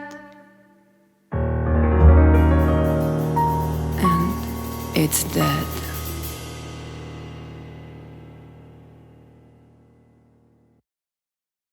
That was, unique. Oh, that is cute. Nobody has ever given me such a unique compliment before. Forgive me, my name is Santino Featherland. I thought so. You look more or less like I imagined. More or less. Sometimes less is more, Mr. Featherland. You were amazing, dear. As always. Could you be my little furball and fetch me a cocktail? But of course. Ibn will be back soon. We'll have a few minutes to talk. Then he'll end the conversation and throw you both out. With all due respect, ma'am, we're not that easy to get rid of. Doesn't matter who's trying, believe me. Doesn't matter, he'll do it. That's why I'm telling you. I don't want a scene. My room's upstairs. Meet me there in 20 minutes. Come alone, Sonny. You'd be too conspicuous otherwise. Hey, I understand. You know, they call him Target Marty at the station. I don't have time, Mr. Featherland. Sure thing, Natasha. I'll come to your room. 3 knocks, a short pause, then another 3. I'll be waiting. Go, before he comes back. I knew she was trouble the first time I saw her. She wore danger like a perfume. It was simply part of her being, and it attracted me, like light attracts the moth people. I wanted to be the microphone as she whispers her melodies, or the pillow she rests her feet on while reading some cheap romance. I wanted to be her nightdress, barely touching, barely covering her marble skin. But I was a cop, and a lifetime wouldn't be enough to rid myself of what a woman like her hides under her makeup. Keep your distance, Sonny. Just keep your distance. Gee, that is a unique picture, and kind of daring. I admit I've never seen anything quite like it before. Yes, I admit it's a little daring. I keep it. It evokes good memories. A precious old friend of mine. A most wonderful artist. He's got an eye, that's for sure, considering his model. Was that supposed to be some kind of compliment? I don't know. I don't compliment often. Not on purpose, anyway. Oh, you're funny. You got a beautiful place here, Natasha. A peaceful little island on the ocean of madness, with very classy furniture. Ibn likes me surrounded by elegant things, you know? You're an elegant thing yourself, sweetheart. Oh, that's charming. Thank you, detective. I bet you spend a lot of your time staring into the mirror. Do you even recognize yourself? Maybe you were trying to be rude, but, you know, that's a very good question. I was just trying to be rude. Oh, really? Well, then I'm sorry. Don't mention it. So this is where the magic happens, right? The big transformation. Every woman needs a little magic, and every man needs some illusion. You're right there, Angel.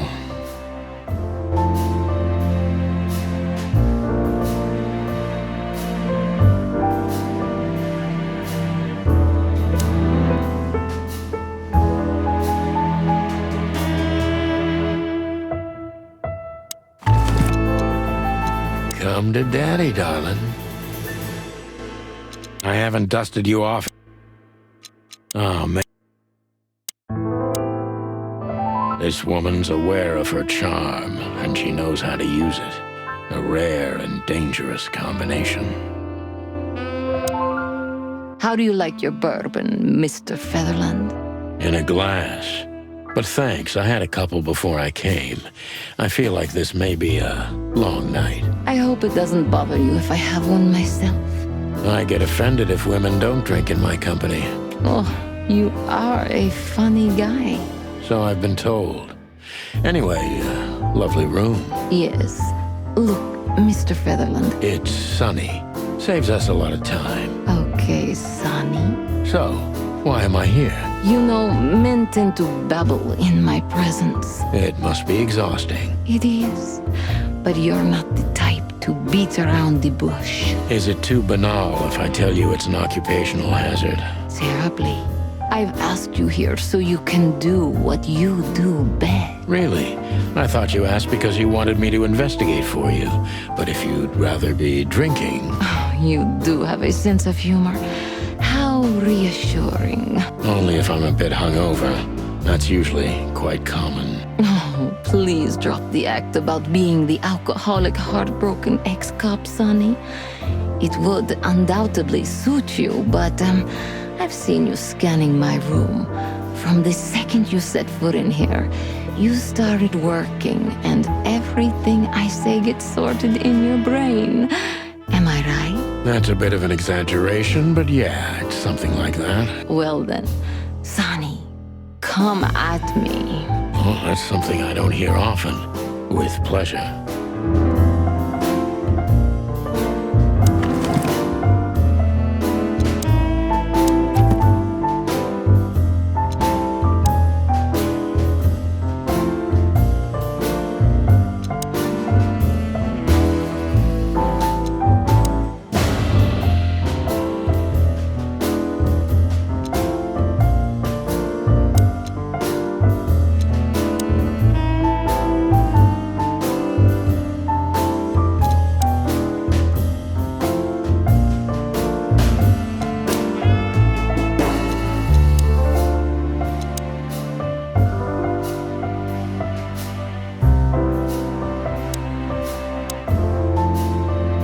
Seriously, how did you find me? Not even my boss knows where I live. Although I didn't include Ibn in my little private mission, some of his resources were still available to me. Yeah, let me guess. There's someone at the station working for him. Someone? You're so cute when you're playing naive. Have you ever had dealings with the police? Not in this city. And otherwise? Does it really matter, Mr. Featherland? Maybe it does. More than a little. I'm afraid you'll have to unravel that thread yourself. But you will find nothing but a dead end.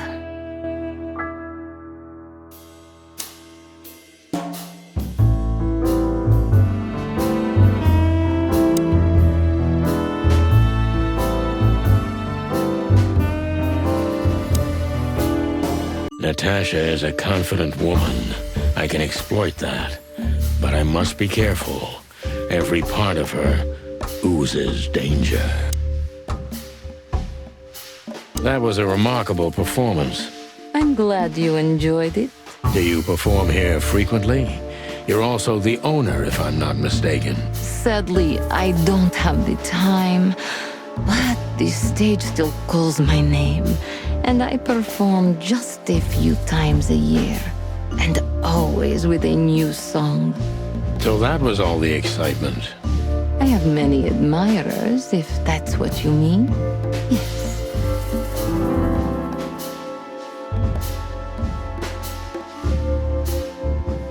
The picture on the wall is quite daring. Only if you knew how old I was at the time. I think I'm on a slippery slope here. Come on, don't be shy. Ask me. All right. How old were you? Did you really believe I'd tell you? You're quite a player, aren't you? Life is anything but a game, detective. You tell me.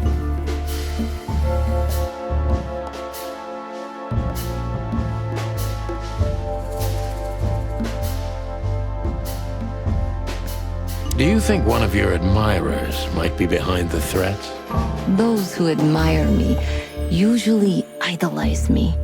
No, I don't think it's one of them. You know, the soul of an animal is extremely complicated. Sometimes all it takes is a bad look or some small rejection to turn admiration into hate. That's a stillborn theory. No one hates me if they once loved me, Mr. Detective. Ah, I see.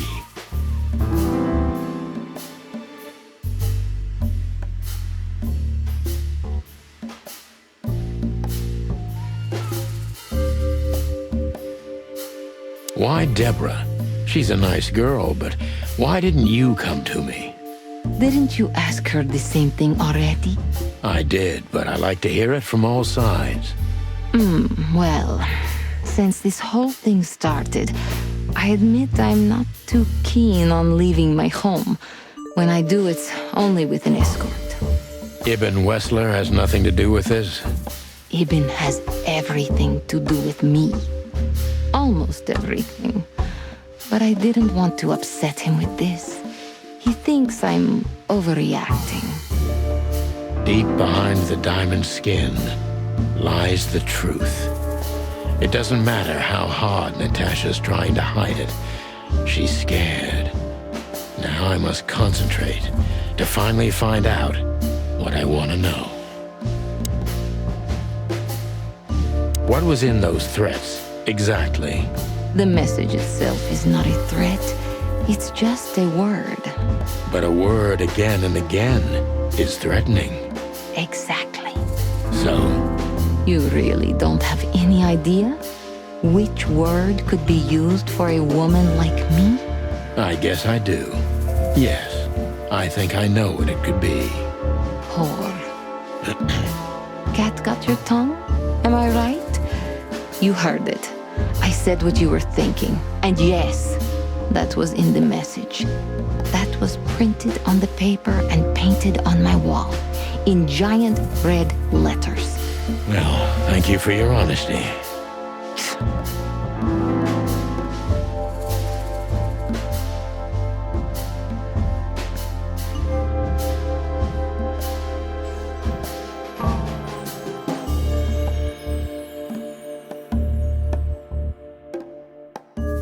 No one's ever seen the culprit?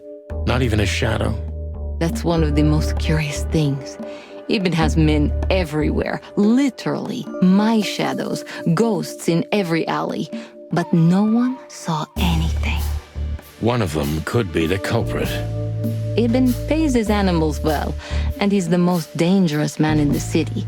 A combination that nullifies your theory, I believe? Maybe, ma'am.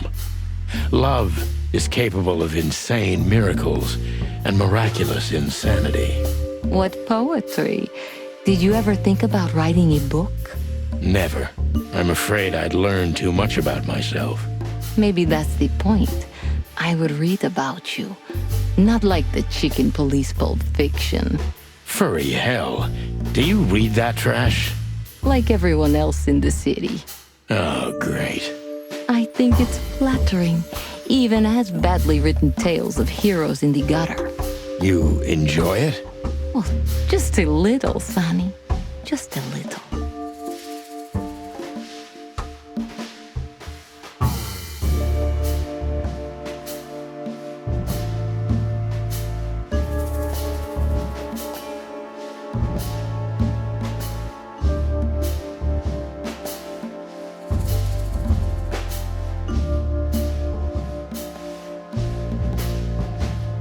So it's not a fan and not an inside job. Who do you suspect? Aren't you supposed to know that? Usually, yes. But I've got nothing to go on. And you don't have a hunch. Maybe I do. But first, I want to know if you'll even accept my case. I'm here, aren't I? That's true, but I must know if I can trust you. The proof of the pudding is in the eating.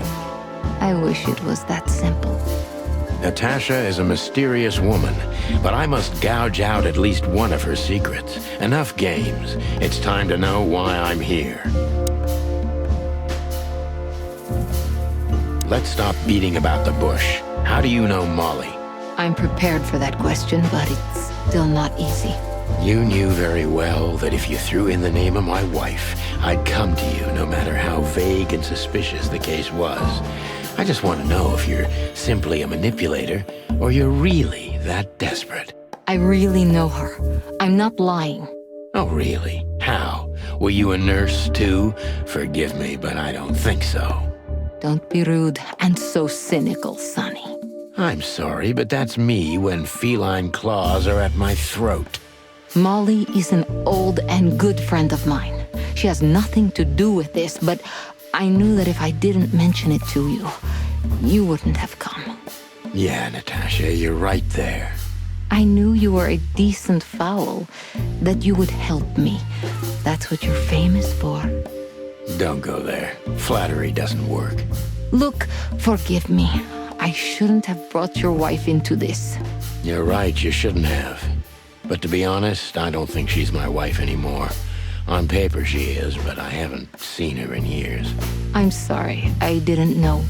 Really?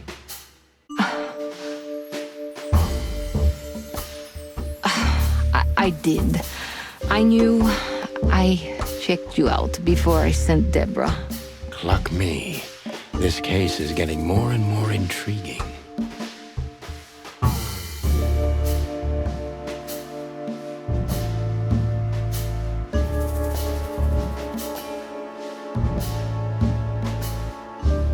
What exactly do you want from me? You are really as good as they say you are. And I'm not selling lucky dips, Sonny. Find them, whoever they are, and... Whatever it takes. Not exactly, but something like that. You know, if I didn't see the speck of fear behind the confidence shining in your eyes, I wouldn't take the case. I'm not afraid. You're terrified, Natasha. Don't be ashamed. You must solve this. As soon as you can. Money's not an issue.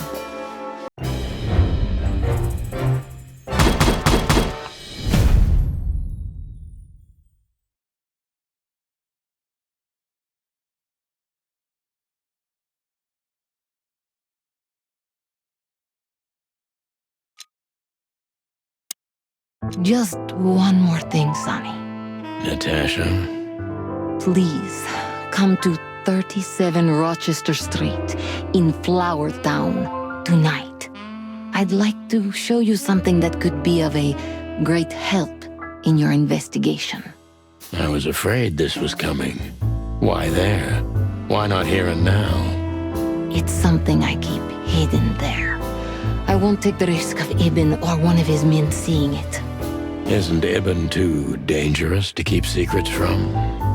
Sonny, a woman is naked without her secrets. I knew you would understand. Oh yeah, I understand everything. So, when do we meet? The night is almost over. I'll be there in an hour. Don't be early, and don't be too late. Look, Natasha, you know... Please, this is very important to me. Sure, I get it. I'll be there. Thank you. Until later, Natasha. Goodbye, Sonny.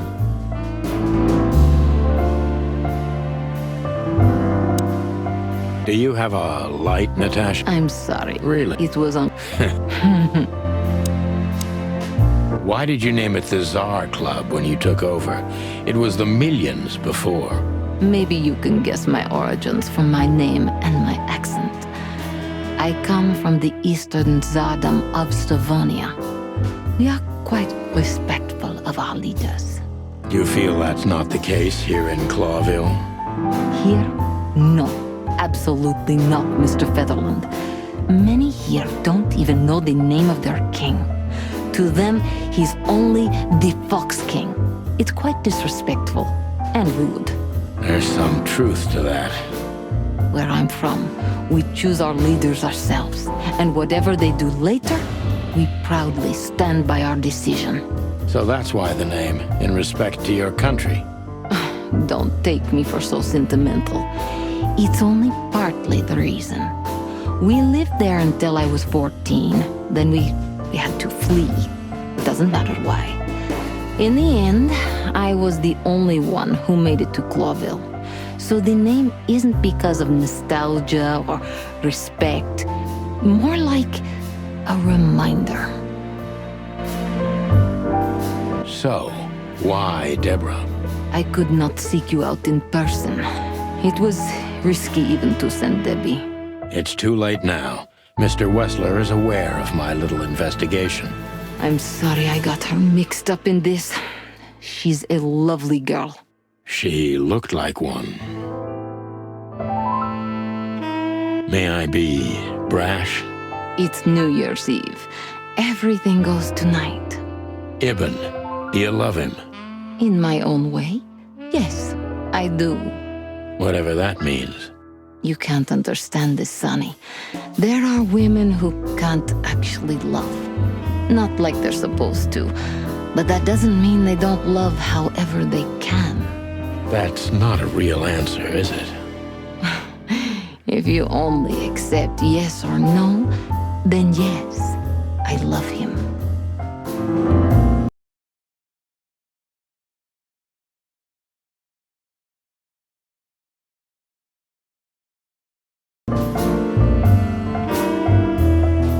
So this message... I'm sorry I had to upset you, Sonny. But if I didn't take that step, would we be talking here right now? Well, probably I'd be dead drunk and counting sheepmen in my dreams. I'm good for you, you see? Yeah, you're a real angel. Why just me? What's wrong with my partner? Nothing in the world. I just like to be discreet. I wanted to talk to you in private because of Molly. Thank you for your discretion. It means a lot. Don't mention it. So, who's this Olivia bird? I know well what you're curious about. You want to know if she's sleeping with Ibn. The thought may have crossed my mind. You men. But guess what? Maybe she does. You don't care? As long as he loves me, I don't. Well, that's your business. What do you know about her? She's not the one threatening me. You can be sure of that. I know that was your next thought. The lovesick assistant is jealous of the boss's girlfriend and wants to flick her out of the picture. It would even stand up, but Olivia doesn't have feelings. If she let Ibn sleep with her, it's because she does what he says, nothing more. That was so honest and raw, I'm inclined to believe it.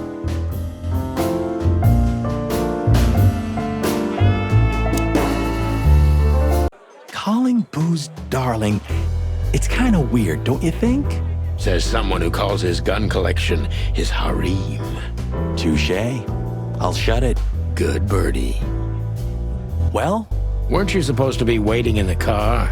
I was bored to tears, Sonny. I also thought maybe something happened to you. You thought Natasha had eaten me alive, huh? Well, who knows? You're such a fragile little thing. I'm too old for this, Marty. Then next time, leave the dangerous predators to me. I didn't mean that, Marty. I meant you. Oh. You know, Sonny, I love Laura, and I swear I'm gonna marry her one day.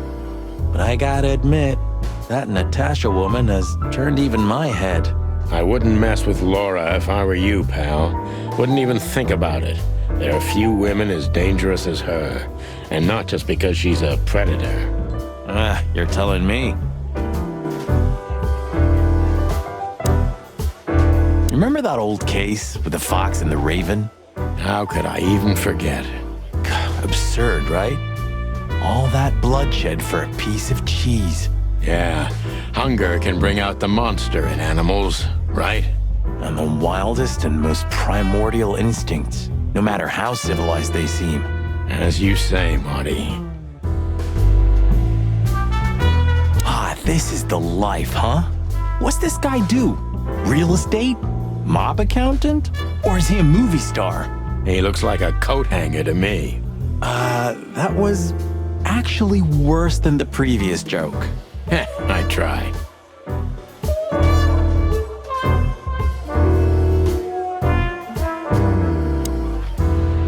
Oh, it's you. How can I help you, gentlemen? Look, we really don't want to dig into your personal life, but... But what exactly is my relationship with Mr. Wessler? And how close am I to him? You don't beat around the bush, ma'am. Well, actually, I remember. I don't have time to chit-chat, Mr. Featherland. So yes, I'm not one to beat around the bush. And no, I'm not sleeping with Mr. Wessler. Well, thanks for the quick and straight answer. Anything else? Do you come here often, Olivia? No, not really. Well, okay. Thanks. You're welcome. You know, Ibn's not as ferocious as you'd think. On the contrary, he's become very different recently. I heard. Don't you find that weird? A sudden change of heart? Sometimes an animal just has enough. Fed up and wants a change. I deeply respect that. Well, thank you for your honesty, ma'am. What's your relationship with Miss Natasha Katsenko? We've talked a bit, that's all. There's no tension between you? You know, the pretty secretary. Well, thank you for your compliment, Mr. Featherland. No tension. Natasha's an intelligent woman. I respect her. Is that mutual? That I can't tell. If I'm not mistaken, Natasha has a weekend house in Flowerville. Yeah, that's right. Can you tell me anything about it? I've never been there. Allegedly, it's beautiful. Elegant and luxurious. Just like Natasha herself. Excuse me, pal. My name is Santino Featherland. Gabriel, what do you want? Chickens. Do you happen to know where Mr. Wessler went? Do you take me for a fool? Get out of here while I'm in a good mood, birds. Okay. Thanks, big boy. Hey, Monty, I bet you wouldn't dare to go up to him and ask if he hasn't seen your fur coat. What? Why? I'm mad, yeah, but not suicidal. Ah, are you chicken or what? Piss off, old bird. Nah, chicken shit. Wessler's secretary. Olivia Blackwig. You think she knows anything useful? It's worth a try, Monty, but let me do the talking. She's not very fond of you. What can I say? You know, back in the day, I flew from tree to tree. I was a free bird. Maybe I was playing her a bit.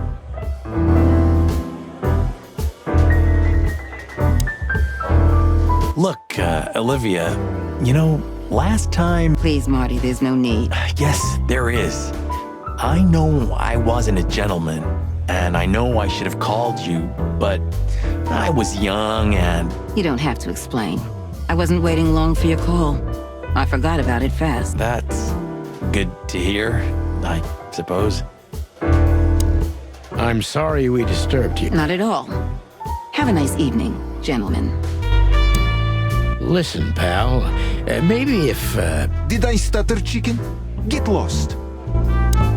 Listen, pal. Did I stutter?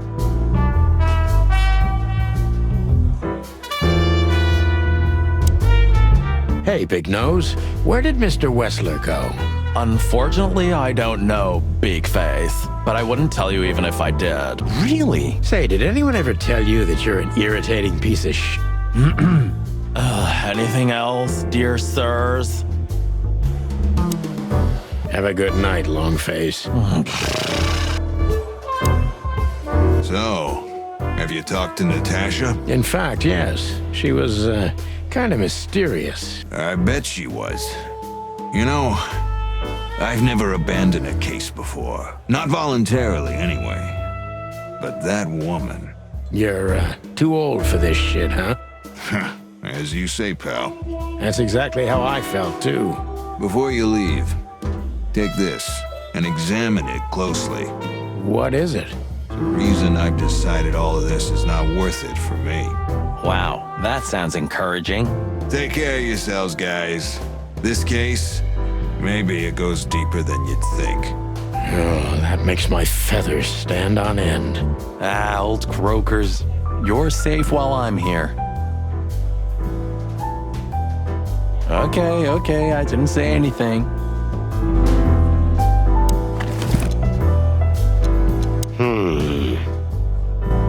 We stepped into it, didn't we?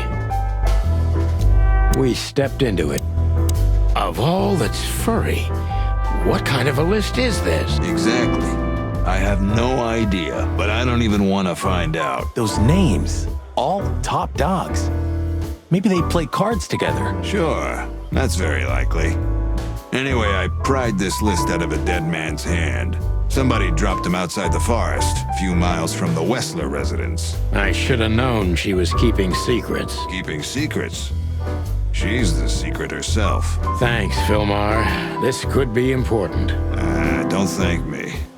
Maybe I've just signed your death warrant. Oh, thank you, sir. Ah, shut up, Marty. The truth is, Ibn's a dirty bastard, but he's likable. It must be his charisma that snared Natasha. Maybe there's more to it than simple wild love. Who knows? Animals commit the dirtiest of deeds for wild love. You've got a point. We stepped into it, didn't we? That's an understatement. All of these names belong to the upper crust. Yeah, I noticed. It's only some sex cult, if you're lucky. Don't even go there, Marty. Yeah, all right. Wonderful girl. Either I'm gonna kill her or I'm beginning to like her. That's funny. I swear I've heard that before. To be honest, me too. So, Natasha invited us to her weekend house. That's either very good news or very bad news. 50%. That's not that bad, is it? That's an admirable attitude. Attitude, yeah, he's got that. Most of the time, I think that's all he's got. Hey. Who is this woman anyway? She's like Ibn's shadow. Nobody knows anything about her. I don't know if she has anything to do with the case, but it's worth keeping an eye on her anyway. More women, more trouble. You already fantasizing? Even the sight of young women make me tired. Anyway, most people say she's the rat's lover too. But next to Natasha, I doubt he'd want her. Anyway, Pussycat would have already torn her to shreds. Could be. Take care of yourself, old bird. You're one to talk.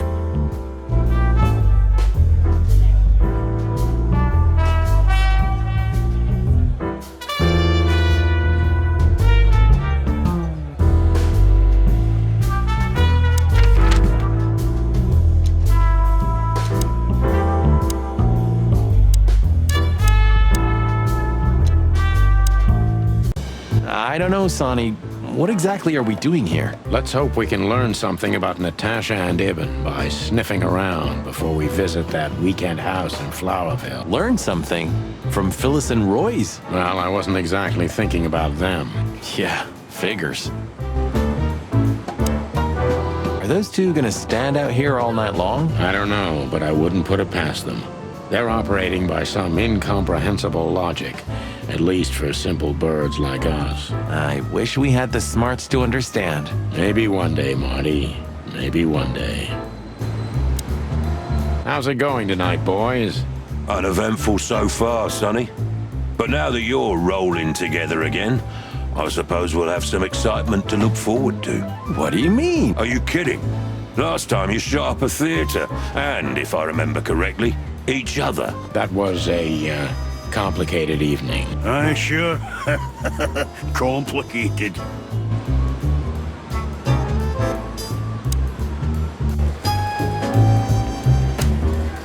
Do you remember Monica ever going on holiday?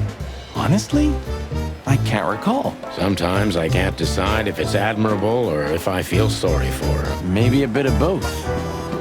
But is it selfish to say I'd be hurt if one day I didn't find her here? Yeah, I feel the same. That's all right then. So soon? That was fast. Almost a record. Sorry, Mon. We're just here for a little, info. When are you not here for that, boys? How about wish me a happy birthday for a change? What? Is it your birthday today? Of course not. Don't be silly, Marty. You know exactly when it is. We've talked about it a dozen times. Yeah, of course I know. Yeah. So, could you help us with this and that? Of course, boys, but be quick about it. I'm in over my head with paperwork and blood boils breathing down my neck. We'll be quick like a hurricane.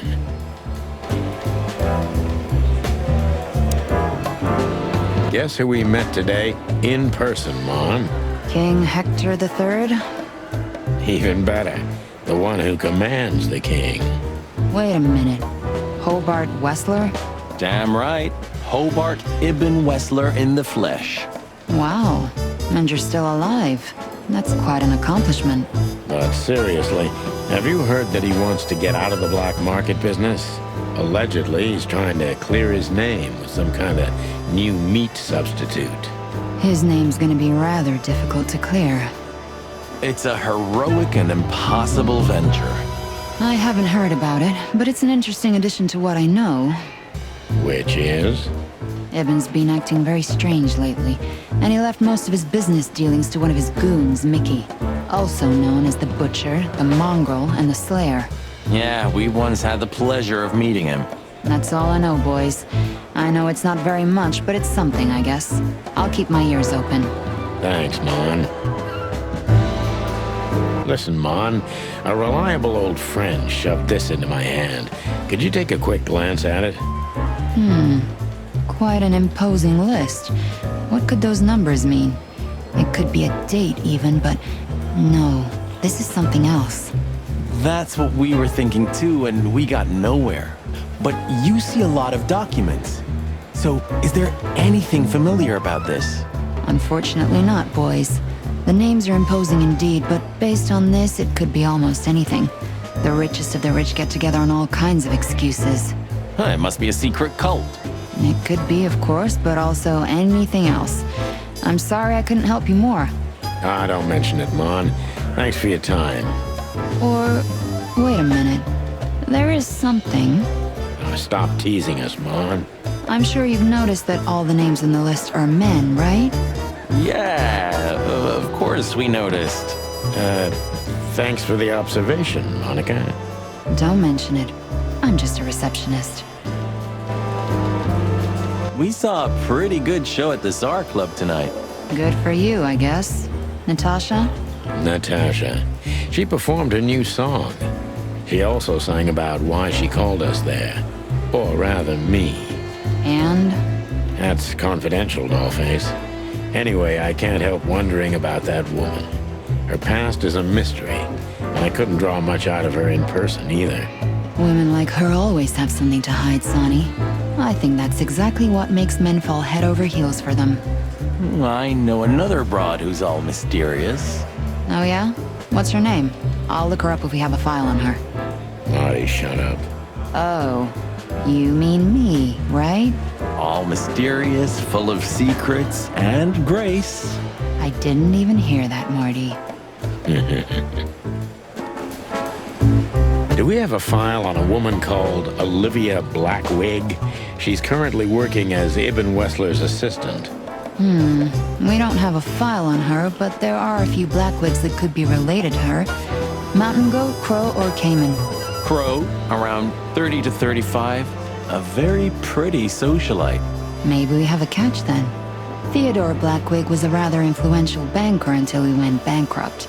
He died a few years back, but his daughter could have ended up in the same social circles as Ibn. And since they lost their money, she took a job as his assistant. Yeah, it would fit the picture. But it's a big city, Sonny. There may be more than one Crow family with a Blackwig name living here. Thanks, Mon. I'm glad I could help, boys, as always. If it doesn't take a lot of my time, that is. We know. We're not even here anymore.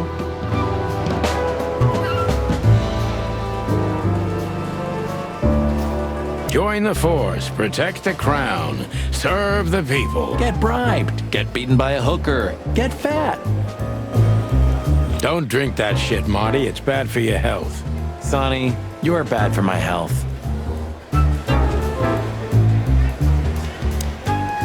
Did you ever notice how much bigger the lion and the fox are than the other animals? You know, maybe all animals are equal, but some animals are more equal than others. Huh. So that's why our king's a fox and not a sheep or a bird, right? It's maybe a little late, but you're starting to get it, Detective. Blood boils in there, and I don't want to run into him. I wholeheartedly agree, partner. Let's avoid the whole office section as much as possible. Nice words. Nice promises. Nice bullshit.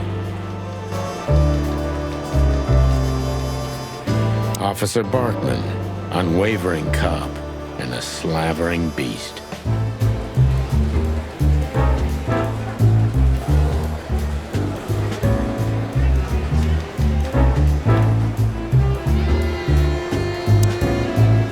Good old Bosco's slowly becoming the same piece of furniture we are. Sure. You remember when he was just a little green lapdog? For a while, we even had to babysit him. He always was a talented little pooch, I have to admit. But the filth that seeped into everything in Clawville has reached him, too. It reaches everyone one way or another, right? One way or another, it does, Marty.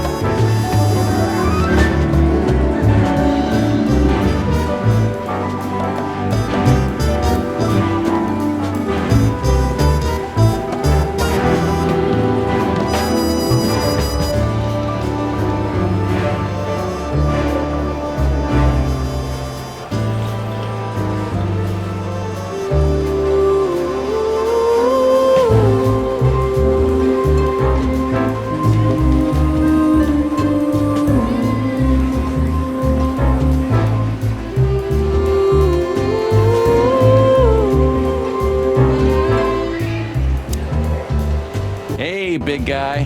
Hey, Cox. What's up? Back here so soon? Did you get nostalgic all of a sudden, Sonny? I'd rather be anywhere else than here, Bosco, but we're sniffing around on a case. Who? Are you trespassing again? Who? Us? What are you thinking? Just an old case. Still open. Not official, but not active either. We're not bothering anyone. You know, old habits die hard. I know. I'm just messing with you. So, how can I help you? You still remember Philmar? Do you mean Philip? Of course I remember. He's got quite the reputation with that Philmar alias. We just met him. Small world, huh? Do you know what he's up to these days? Yeah, as far as I know, he's investigating petty blackmail cases and sneaking after poor bastards cheating on their wives. Anything else? Did he get mixed up in something that stirred up a storm recently? Yeah, I don't know about that. We haven't seen him at the PD for a while. He's usually a frequent visitor. Why? Did he run into some fishy business again? Possible, Bosco. But I'm not sure he'd want to make the same mistake. Wise decision. Listen, Bosco, what do you make of this list? Maybe it's the guest list of some fancy ball. These are some rather influential names, the ones I recognize anyway. Movie stars, politicians, a few names from the Council of 12 even, if I'm not mistaken. You're not. Are you blackmailing them? Because if you are, I'll gladly accept a nice big juicy bone in exchange for my silence. Stop screwing around, Bosco. It has nothing to do with our case. Which is what, exactly? We're still not gonna tell you. Listen, Bosco, what have you heard about that singer, Natasha Katsenko? You mean that little bimbo fooling around with Ibn Wessler? They say she's the jackpot, but I've never been into cats, you know. You couldn't be more racist if you tried, Bosco. Don't misunderstand me. I don't have a problem with cats at all. I'm simply allergic to them. I can't stand being around them. I don't even take cases with cats. Good for you. I should have used that excuse myself. Why? Is your investigation related to her? What? No, of course not. We just came from her show. That's why I asked. And what's she like? Well, I guess your cat allergy would go away for the rest of your life if you met her. Really? Maybe I'll have a go and see for myself one day.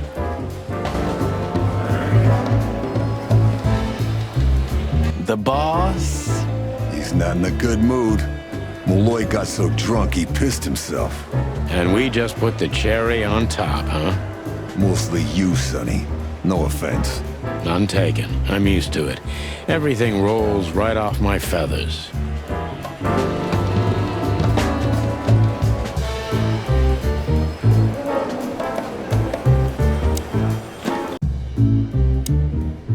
You seem unsure.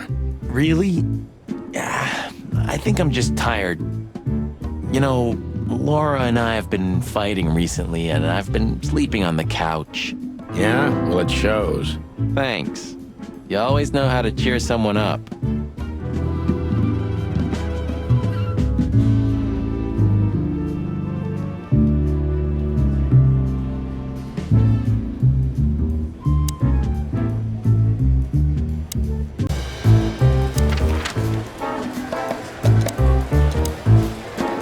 Ooh, a nice cup of coffee a la Zip, huh? We're not here for the coffee, Marty. Zip always knows more than what he lets on. It'd be worth interrogating the old trash panda. If he forgave us for wrecking his joint last time. He'll never forgive us, Marty, but we helped him out of trouble so many times, he's not gonna have any choice. I hope you're right, old bird. Everything all right, old man? If there's something we can do for you, just say so, okay? Well, all right.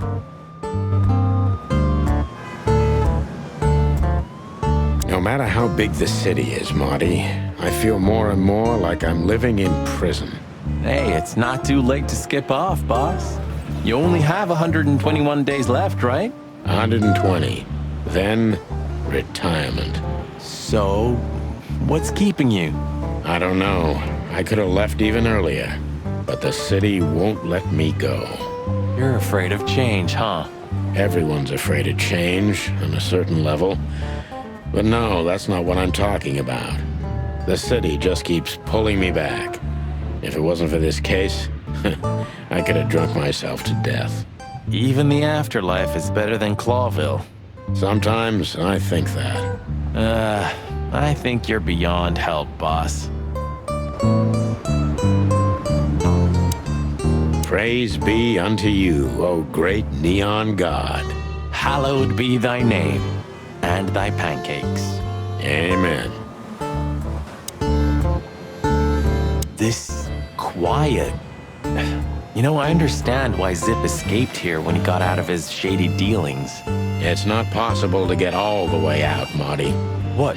So, you also stay a cop even after retirement? Every cop stays a cop. It burns itself into you. That's good to know. So am I gonna stay a cop forever? Sorry, Marty. Well, that's that.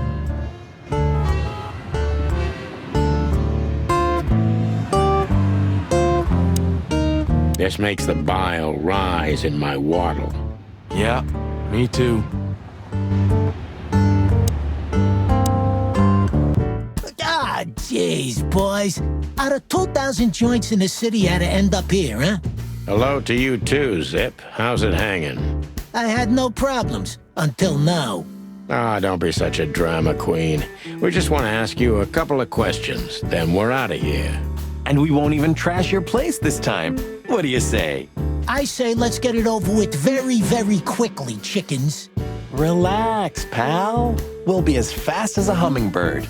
I'm not your pal, and you're as far from a hummingbird as I'm from a polar bear. Oh, come on, Zip. Don't be so hard on yourself. This is what they call music these days? Ha! You're croaking like some old bitter crow, Sonny. This is called rock and roll. It's gonna be trouble, I'm telling you. Things like this make the world go crazy, and we have enough crazy already. We need a little global insanity every few decades, Sonny. Better a fashion explosion than a real one, right? Yeah, maybe.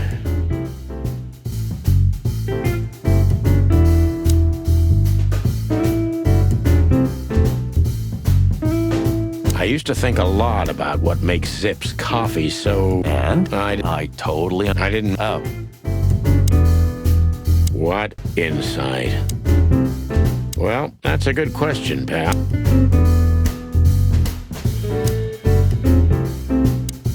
Ooh, a nice pancake with hemp seed, chocolate, and black onions? I'd rather have somebody pull my beak off. Ah, you used to be more daring. Yeah, and my back didn't hurt either. Furry heavens, it's depressing being around you, Boss Bird. Do you remember that time when Zip made you wash dishes all night? Do I remember? I'll never forget it. My feathers smelled of soap for a week. At least you've learned your lesson. Never leave home without your wallet. Because your partner won't help you out. But hey, wasn't it you who went out to buy a pack of smokes without your wallet tonight? Well, that's different. Yeah, right. Gods, he's in even worse shape than the last time we saw him. Well, Marty, aging is like that. And while we're at it, looks like you've put on a few pounds. What? Who, me? Don't make me laugh. I weigh exactly the same as I've always done. Yeah, sure.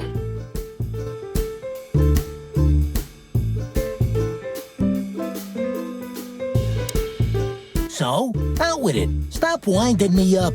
I'm almost consumed by all this excitement. We've just come from the Tsar Club, Zip. Who do you think we met? If I can guess one, I'd say, was it His Majesty Hobart Ibn Wessler, the Rat Prime himself? That on, pal. What a surprise. So, what do you want to know? Just because I don't know anything. Of course you don't.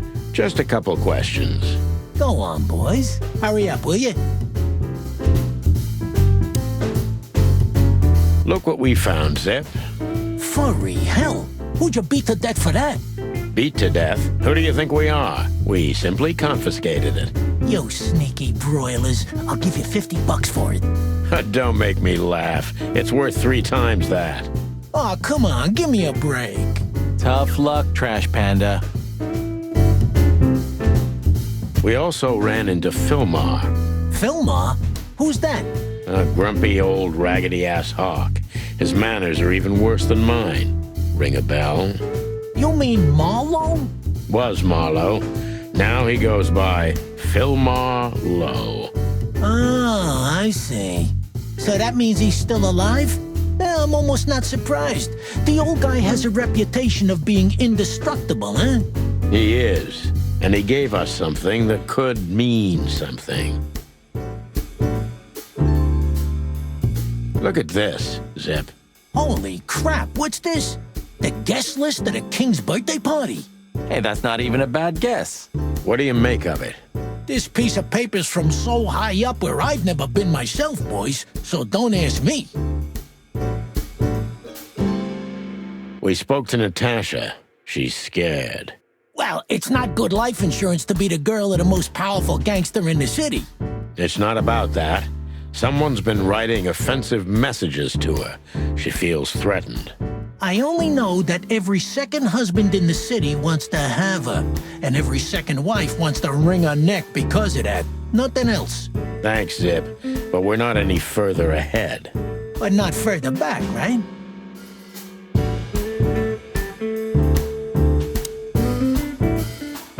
Damn it, what's the scribbler doing here? Sniffing some juicy story? I think I still owe him a great big left hook. What did he do this time? Oh, nothing. Just since I first met him, I wanted to punch him in the face. I can understand that. Hello, Timothy. Scribblers don't celebrate New Year's? Hello, boys. What a pleasure to see you. Answering your question, no, not really. Not me, anyway. I'm always where the story is. Mm-hmm. And where's the story now? I can't see it anywhere. It just stepped through the door, pal. Oh, you mean us? Well, I think I'll have to disappoint you. The chicken police are back together? I can't let that go without an ink stain, am I right? No, Timmy, you can. We're not working, we're just having a little fun, that's all. I'm not buying that, boys. You'll have to, Tim. We'll see about that. Is that rag you work for still around, Tim? You mean the most read and highest-ranking newspaper of the city, the Clawville Chronicle? Oh, yeah, that's what it's called. I see that you still have your famous sense of humor, Sonny. Such a joy. Yeah, I do.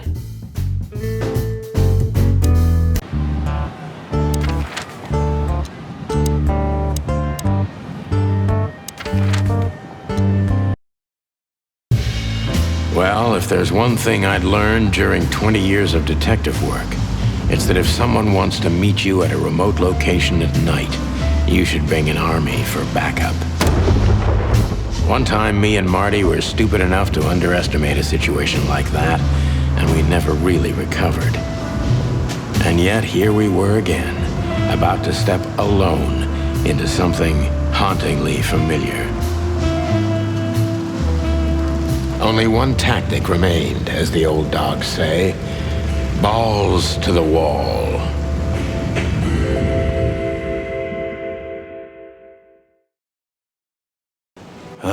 This place gives me the creeps.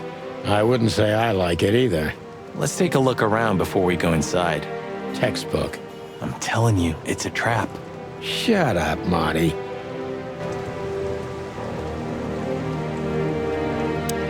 Chicken police, hands up. Marty, that's enough. Chicken police. Marty. So, this is the word. What can I say? The message is loud and clear. Yeah, what matters is who is it for and what does it mean? I can't misunderstand that if I wanted to. We'll see. Wait a second, did that bimbo put a spell on you? As you used to say, don't let it cloud your objective judgment, Boss Bird. Watch who you're talking to, boy.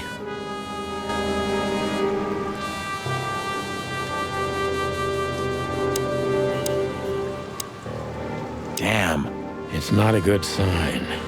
Maybe she just lost it when she hurried into the house. Yeah, right. Do you think it belongs to Natasha?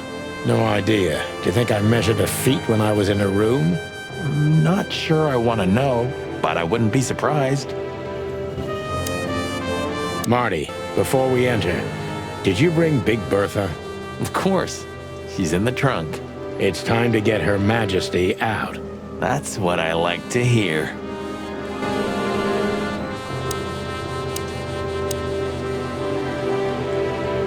Let's go. Hello, my beauty. Just don't point it at me. Aw, scared? Take it easy. I swore I'm not gonna shoot you again. Very gallant of you, partner. What, are you still pissed at me? I'm happy to remind you why you got shot the first time. I get it. Just shut the fuck up already.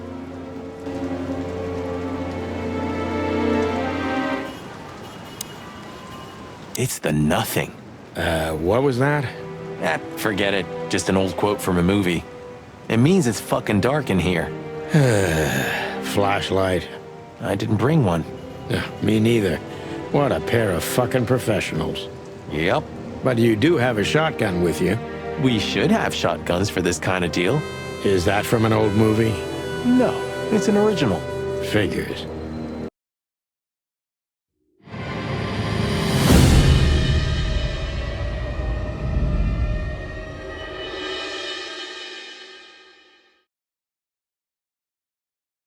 She was lying on the floor as if she was sleeping. She looked peaceful, almost. The large pool of blood ruined the picture. Poor, delicate Deborah. Maybe you were too pure and innocent for this city, but in the end, its filth pulled you under. You know, no animal can swim in high heels.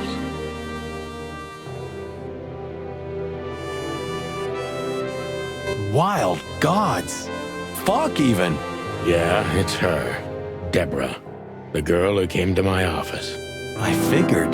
But what the hell happened? Was it Natasha? Is this what you wanted us to see? No. I mean, I don't think so, Marty. She seemed very attached to the girl, and I believed her. Furthermore, she has no motive to kill her. Natasha meant some object. Something maybe the killer wanted, too. And the poor girl was trying to protect it. Did she seem that kind of girl? She risked a lot simply by coming to see me. She would have done it for her mistress. Why is she naked? Was it sexual? I mean, there's no sign of struggle. She seems untouched. Maybe she knew her assailant. Was it a lover? This looks premeditated.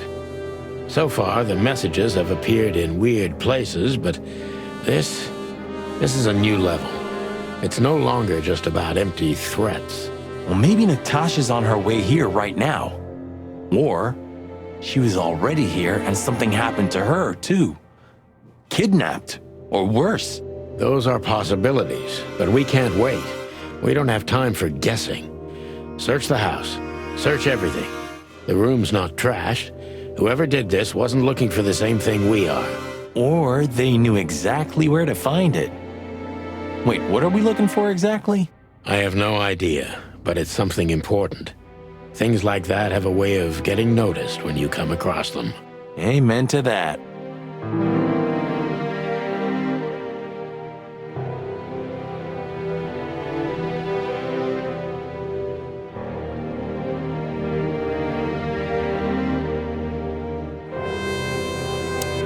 We should call the department. Anonymously, of course. Do you still remember the number? I haven't called my own workplace in years. Cretin. Of course I remember. 555-111. Is it? Since when? Since they invented the telephone.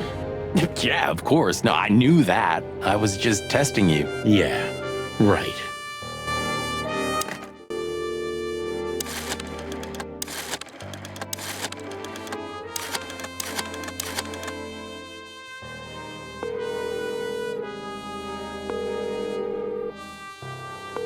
Clarville PD, how can I help you?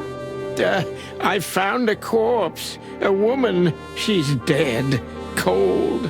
The address is Rochester Street, 37, Flowerville. Sir, please, would you repeat that? Rochester Street, 37. Write it down and hurry up for the sake of the wild ones. Hurry! Hurry! Like a pro. Yep, like I've done it before. Oh, yeah. I almost forgot.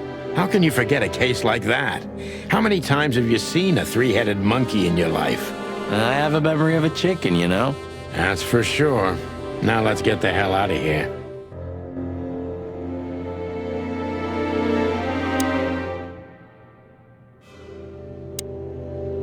The message. Here, too. Yes, but this isn't about Deborah, and wasn't meant for her. It was meant for Natasha. Obviously. What have we gotten ourselves into, Sonny? I don't know, Marty, but let's get ourselves out of it as soon as possible.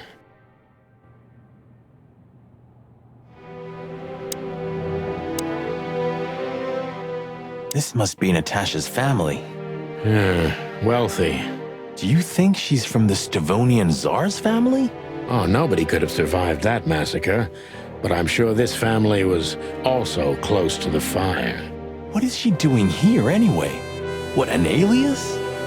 Keeping secrets, and now this case? Do you think it's all connected somehow? Let's not draw hasty conclusions, Marty. It's an exceptionally beautiful piece. What does it depict, I wonder? I have no idea, Sonny. It's so art, I'm scared to have an opinion.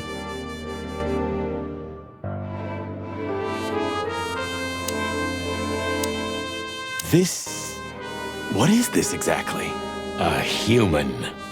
Mythical creature. Quite the cult in Iveria. The whole country's full of these statues. Does it mean anything? They say humans are the keepers of secrets and the messengers of chaos and destruction. You don't think... Let's take a closer look.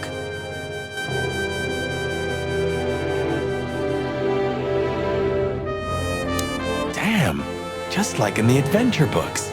Rich animals are all insane. You have a point.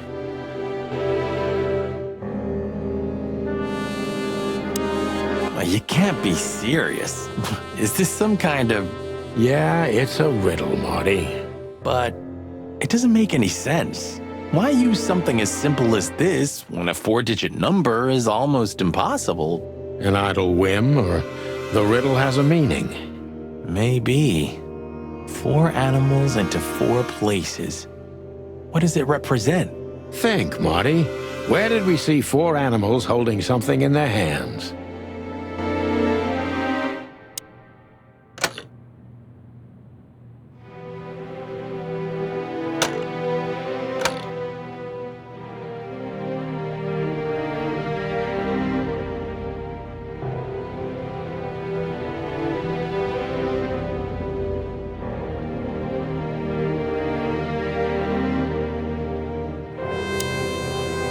Look at those clothes. Could it be a military family? Maybe. Or Stavonian fashion. Your intuition always astounds me, Marty. What would I do without you? And there you go.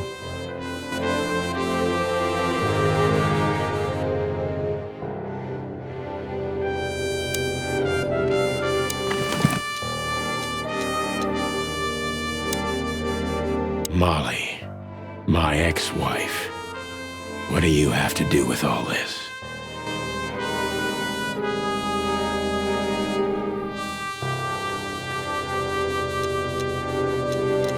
We stepped into it, didn't we?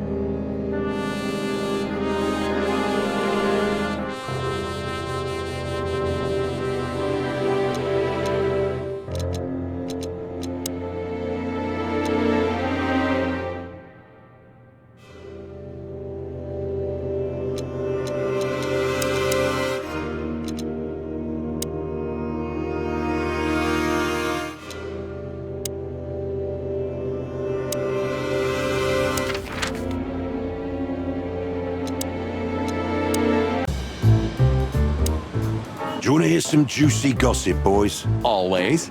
Deputy Malloy got so drunk, he fell asleep on the toilet.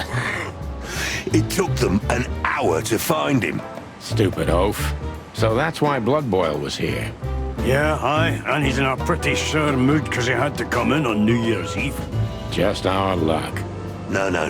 Your luck is that he's too busy to care about you two lovers right now. Right now. Ah, yeah.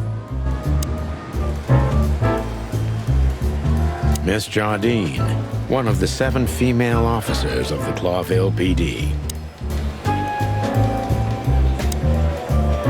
Where are the insects anyway?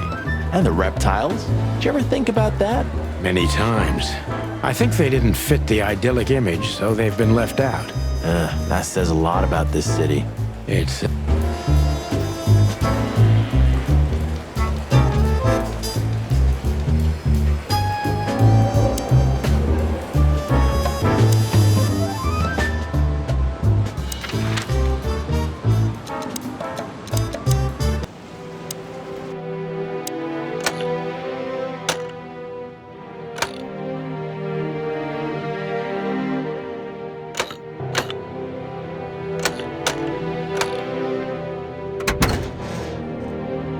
Hello there. What could this be? Maybe a piece of a painting. And there's some kind of squiggle on it. The signature of the painter? Yeah, I can't make it out.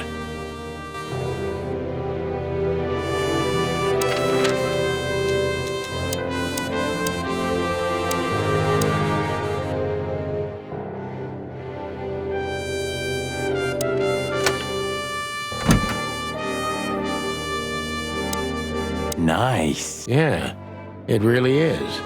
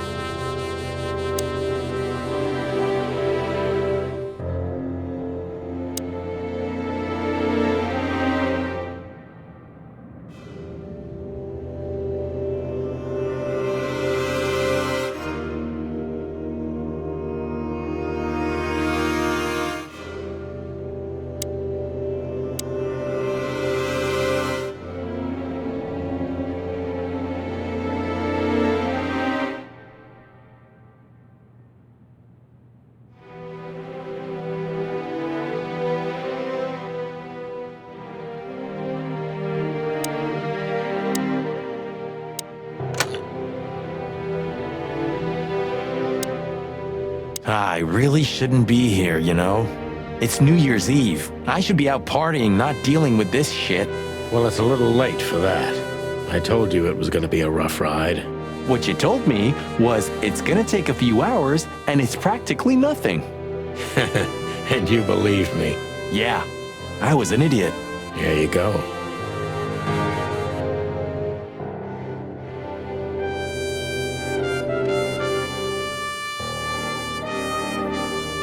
Anything interesting in there? Yeah, I think there is.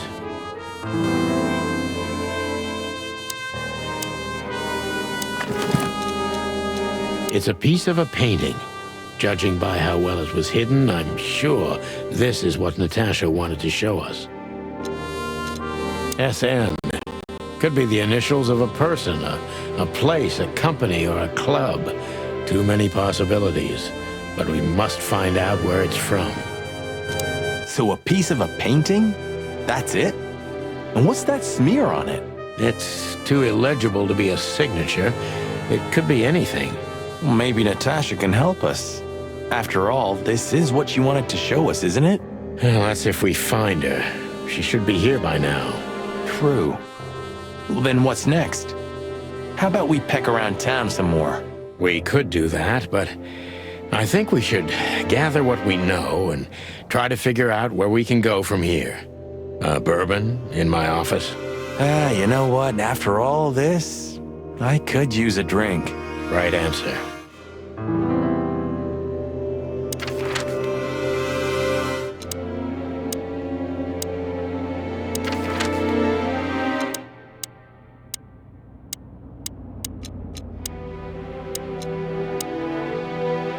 So what are we doing here again, Sonny? I don't know. Maybe we could question Natasha. Do you think she's here? Who knows, Marty? We'll see. There's Philmar. Maybe he knows something. Yeah, maybe he's not drunk as a skunk. Stop projecting onto others, old chicken. Ah, shut the clock up, Marty. No, I'm sorry I hurt your precious feelings, Boss Bird. What song? Stop playing it. Don't get me wrong, boss, but I saw how that song affected you. What song? Stop playing innocent, Sonny. Natasha's song, it made you freeze. I've never seen you like that before. Yeah, you're imagining things, Marty. I was just paying attention because I like the song. It has a really good Orchestration. Orchestration, huh? Shut the cluck up, Marty. Okay, okay. Keep your feathers on.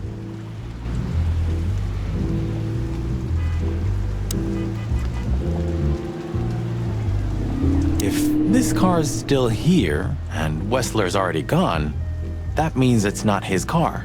It's like your first day as a detective. You didn't consider that he could have multiple cars? Huh. You could be right. Sometimes I think you breathe in too much gun smoke, Marty. But I love the smell so much. Moonlight Boulevard. Ah, that movie. It's a real classic, I'm telling you. If you say so, Mr. Film Critic. Laugh all you want, but believe it or not, very few have seen more movies in the city than me. So, you can believe me. I would never try to doubt your word. Tonight, maybe we'll be on the front page once again. Oh, God forbid. The Tsar Club. I'm not gonna forget this buzzing red neon light anytime soon. Hey, boys, tell me, is Natasha still inside? I can't give you any information about that, gentlemen. I'm sorry. Ah, the regulations. I know. We've gotten used to it. I am glad to hear that. And your boss, Wessler? Can we find him in the VIP lounge? I'm afraid I can't tell you that either. But we can take a look for ourselves, right? No problem, gentlemen. Thanks, Wooly. Your friend's not the talkative type, is he? He understands what we're saying, right? Don't anger me, chicken, or I'll tear out your throat before you could say hemp seed. Ha! Just try, Fleabag. Hey, folks, relax. The night's still young. We'll have plenty of time to tear each other's throats out, but right now we're busy. Huh. You're right. Bye, guys. Goodbye, gentlemen. Vilmar looks a bit soaked, doesn't he? Well, it is raining. I didn't mean the rain, Marty. Yeah, I know. Hey, old bird. What are you waiting for out here in the rain? Is that you, boys? I'm a little, tired. I can see that, pal. Oh, it's all right. I just can't find my car. I don't see very well in the rain. My eyesight's pretty bad. I should wear glasses. Imagine that. A hawk wearing glasses. Yeah, it's funny. There ain't nothing funny about it, Snowflake. Oh, all right. Sorry. Have you seen Natasha or Ibn since we left? Ibn? He scampered off a long time ago. Natasha? I haven't seen her. Thanks anyway, pal. Good luck with finding your car. You, want some help? Could it be that I didn't come here by car? What do you think, Sonny? Old friend? Well, I wouldn't know that, Phil, but, you take care, all right? You're telling me? Oh, that's funny.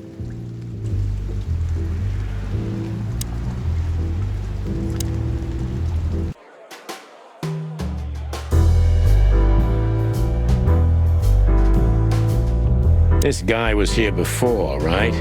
He's handling it pretty well. And there are even more pretty dames all over him. You think they dig his antlers that much? More like his wallet, Marty. Wessler's secretary could even know something useful.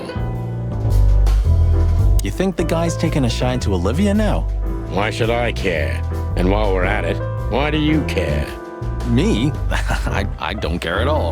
And why do you ask? What? Stop bugging me.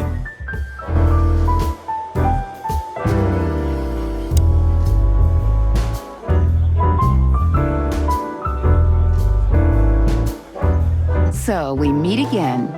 How unpleasant. I'm sorry, Olivia. We won't keep you long. Perhaps you could tell us if you've seen Natasha. She hired you and you already lost sight of her? That's unfortunate. We should have met her, but she didn't show up. Should we be worried? Are you asking me that? I haven't seen her since she was on stage. Not like I was paying any attention to her or anything. Thanks, sweetheart. We won't bother you anymore. Thanks, Olivia. Don't mention it.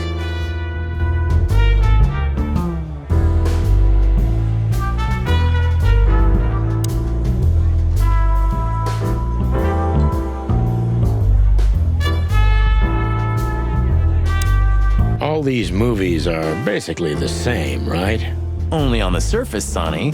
There are some important recurring elements, but the emphasis is on the characters, their past, and their relationships. The story in the background is just the stage. The limelight's on the actors. You're really interested in these things, huh? Hell yeah. What I wouldn't give to investigate a movie star one day. Even if they killed or devoured someone? Especially if they killed or devoured someone.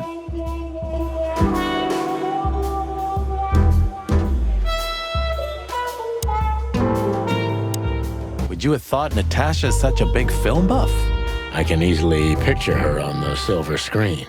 Hey, maybe one day they'll make a movie out of our adventures. You never know, Marty.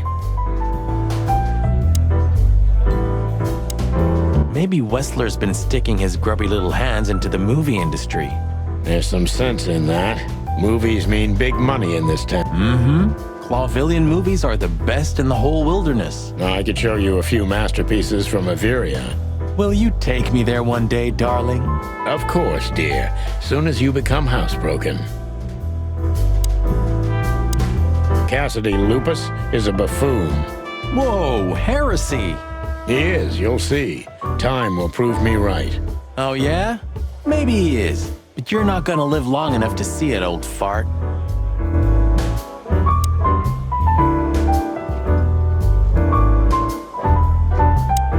Whatever you say, Sonny, what Natasha was doing on the stage, no man can ignore. Or woman, for that matter.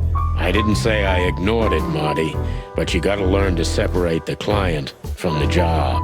Ah, that's a cheap script, Sonny. You know the world doesn't work like that. And you definitely don't work like that. If you say so.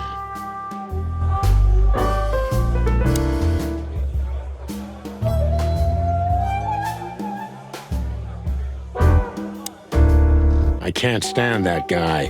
Why doesn't he have his mane cut? Stop being so old man. It's a different world now. That's a kind of fashion, you know. Yeah, fashion.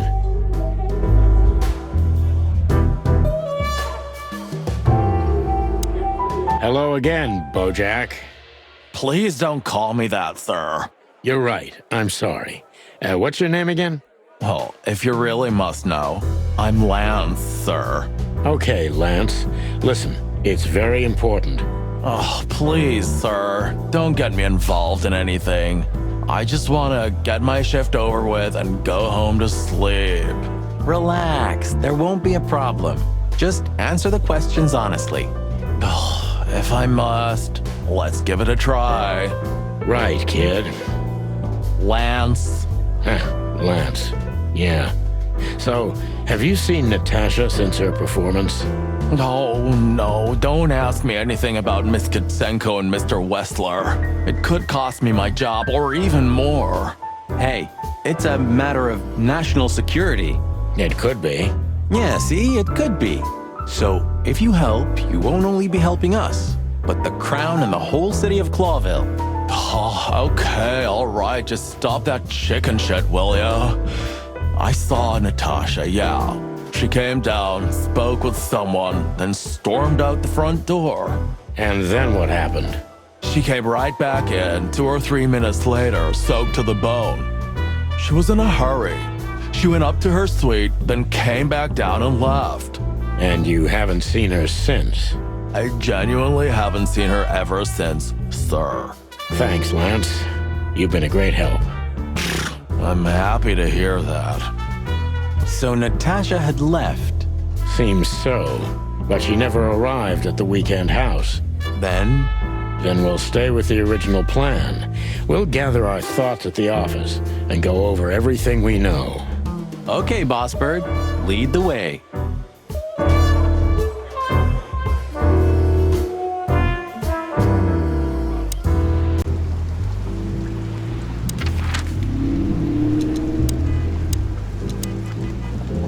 Should we say hi to the old beaver? Sure. Mullen is an old friend, so he certainly deserves a hello, and we do need information. Few people know as much about Clawville as the old wood chomper. An encyclopedia in the flesh. Yeah, he always has something.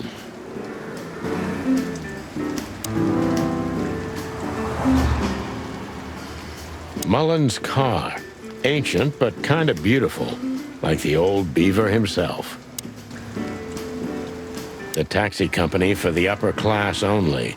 Politicians and gangsters. Murdoch and Falcon is a famous law firm in Clawville, run by a blind bat and a bird-brained falcon. They had some big-time cases that helped make their name. I hope I'll have the opportunity to work with them in the future. They had some big...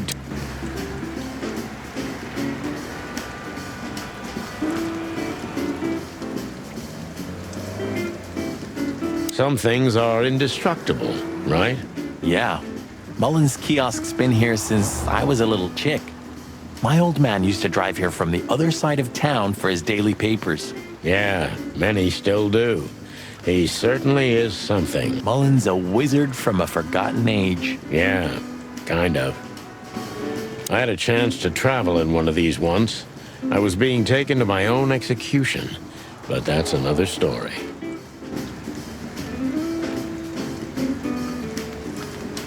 Chandler's used to be quite a prestigious cafe. Magnificent animals had breakfast here, and in the evenings, philosophers and writers would get drunk together and argue. The place is now just a second-hand bookshop, just a shadow of its former self, like so many things in this city, like me. The Clawville Chronicle, the most read and probably the most biased newspaper in the city. It's supposed to be a royalist rag, but the separatist overtones are getting stronger and stronger every day. We're getting older and older, and Mullen's not changing a bit. Where's the justice in that? He's just eternal. Like an ancient god or something. Or the personification of the city. What a lovely thought. But if the city took shape, it would most likely be some kind of vermin. Yeah, true.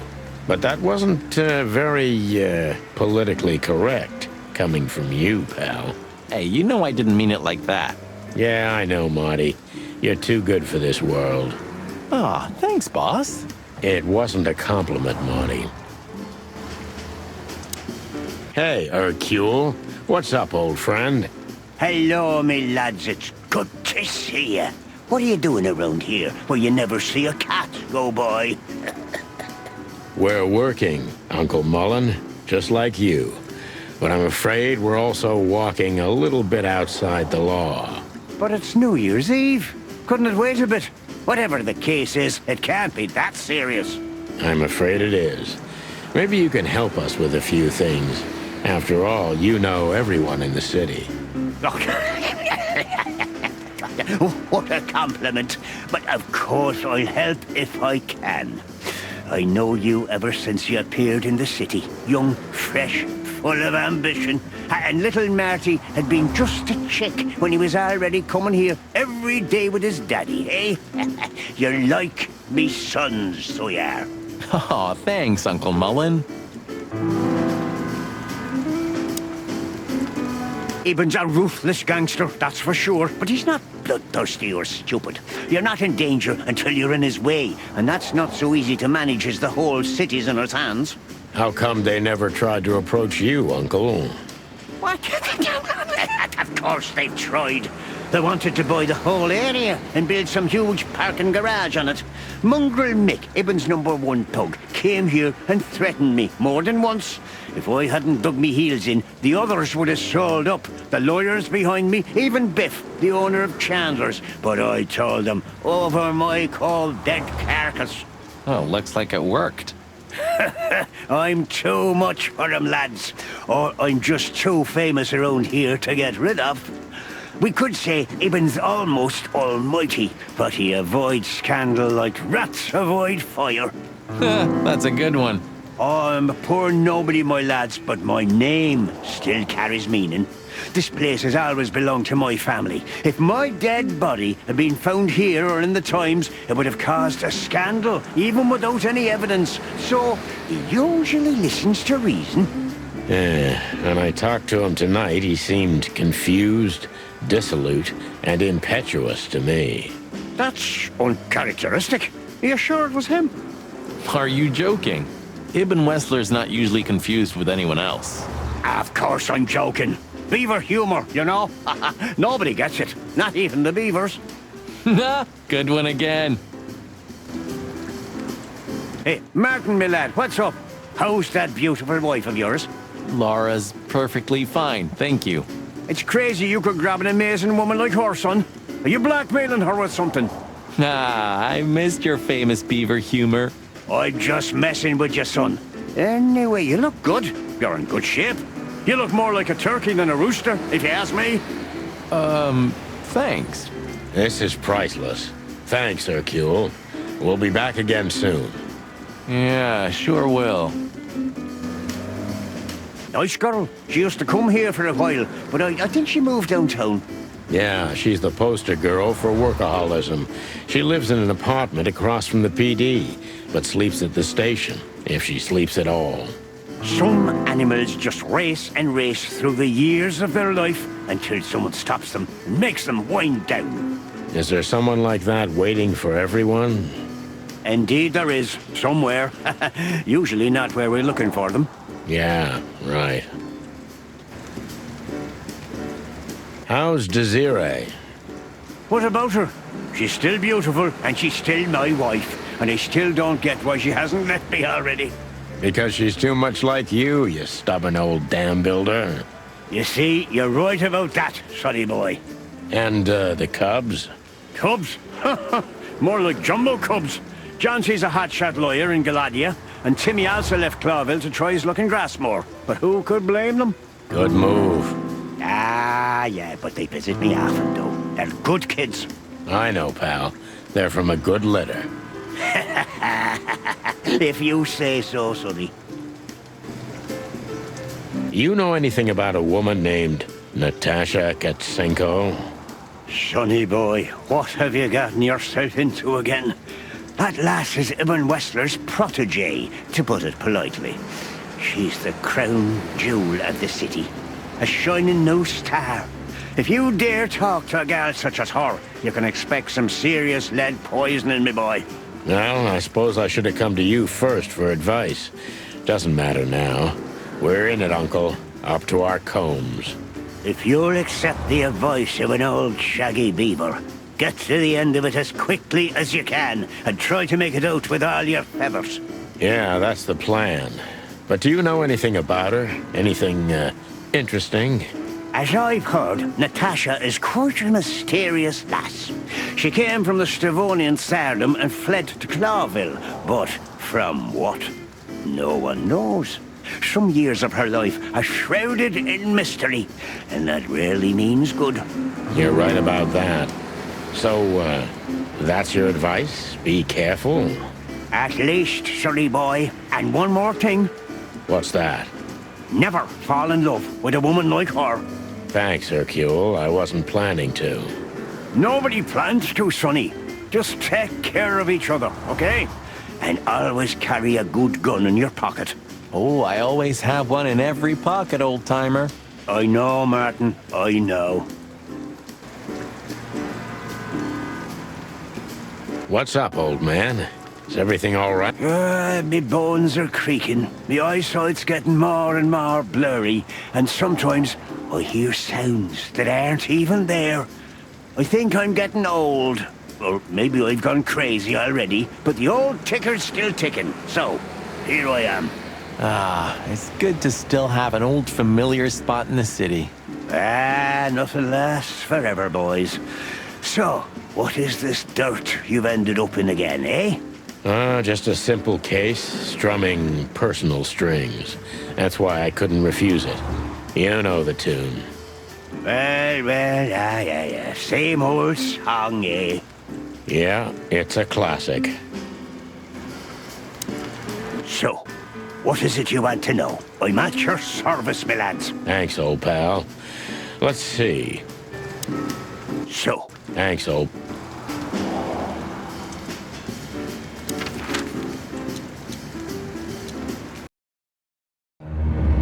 We had no choice but to continue the investigation where it started. In that shady little apartment I called home. The only lead was the list Fillmore gave us, with all those imposing names on it. But what could it mean? And why did Natasha keep it secret from us? But most importantly, what did all this have to do with Deborah's death? The trail started to get cold, and so did the air outside. There was something unsettling in the black clouds, hiding all the stars. I prayed that they didn't bring an early snowfall. The night was already painful enough. So, what are we doing here? Trying to calm down. I'll have a shot. Sure you will. And we're trying to put the pieces together, of course. Figure out what's next. And what is next, Boss Bird? Let's take a look at what we've learned so far. So, how did this whole case start?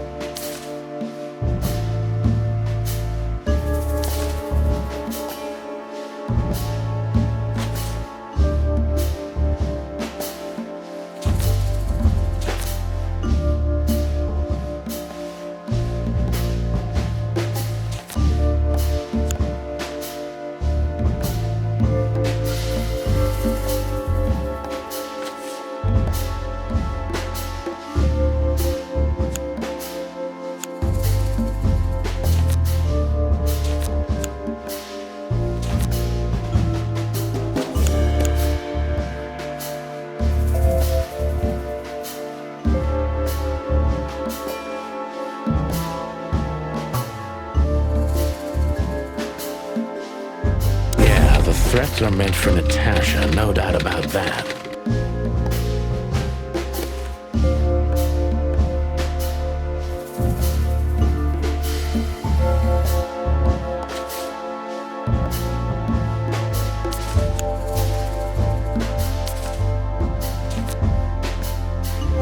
But there was something Natasha didn't speak about.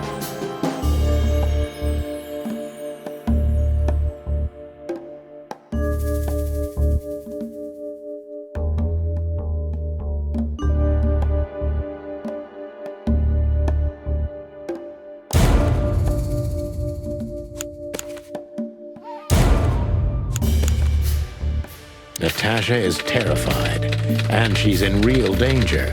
But she kept this list hidden from us. It seems too important to keep it a secret.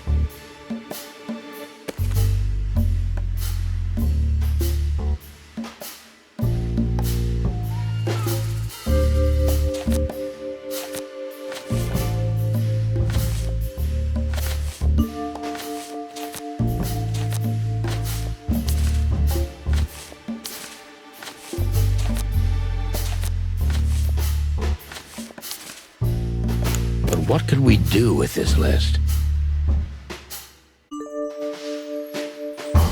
I know only one person who moves in circles high enough to know where it's from. Lewis. We must ask him if we want to get out of this dead end.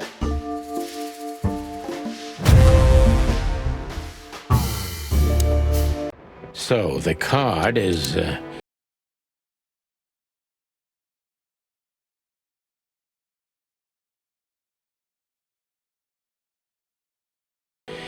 maybe a dead end. The piece of painting, too.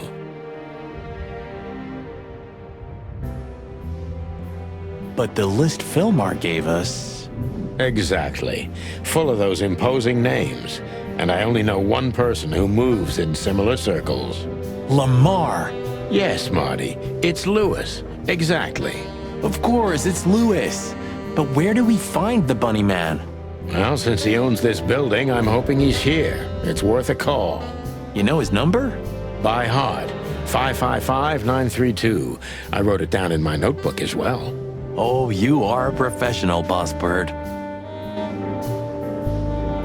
Would you like a shot? You know what? When we're done with the case, then we can celebrate. Let's hope the case won't end us instead. Amen to that, Brother Bird. Maybe I'm really gonna write that novel. If I make it to retirement alive, of course.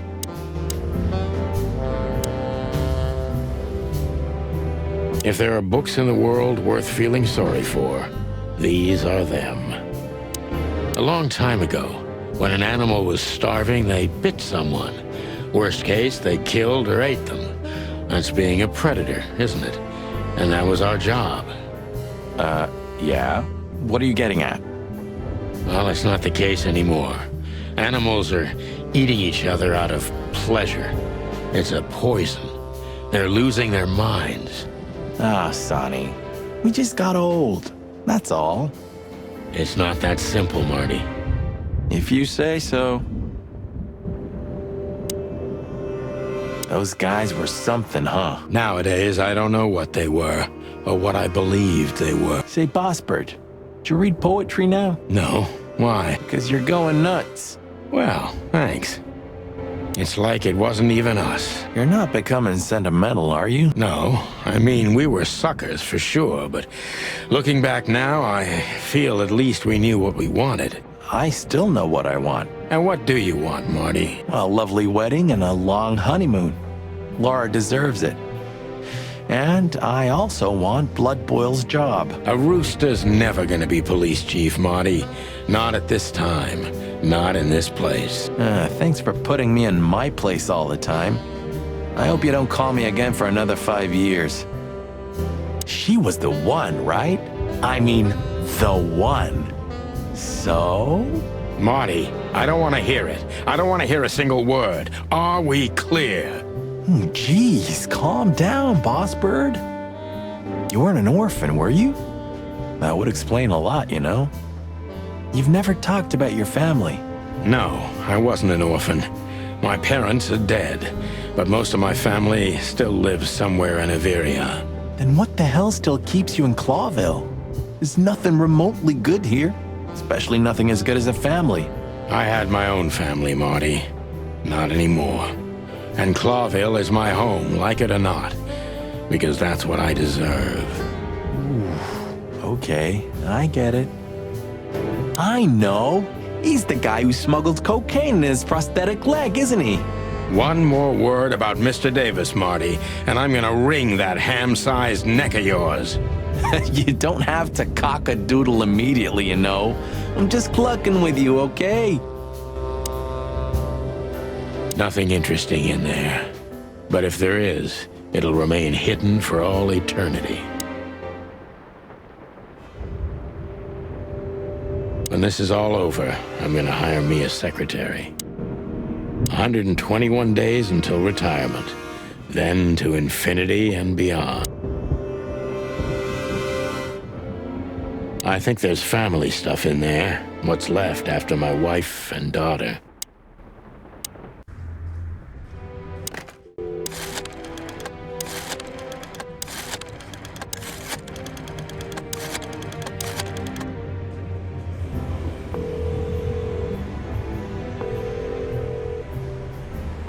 Hey, Lewis, sorry to disturb you again. Could you come over to my place? I have a question for you. It's very important. It's about a case. A real case? With the chicken police? Of course, Sonny. I'll be over in a few minutes. Thanks, pal. I owe you one. One? Just another second.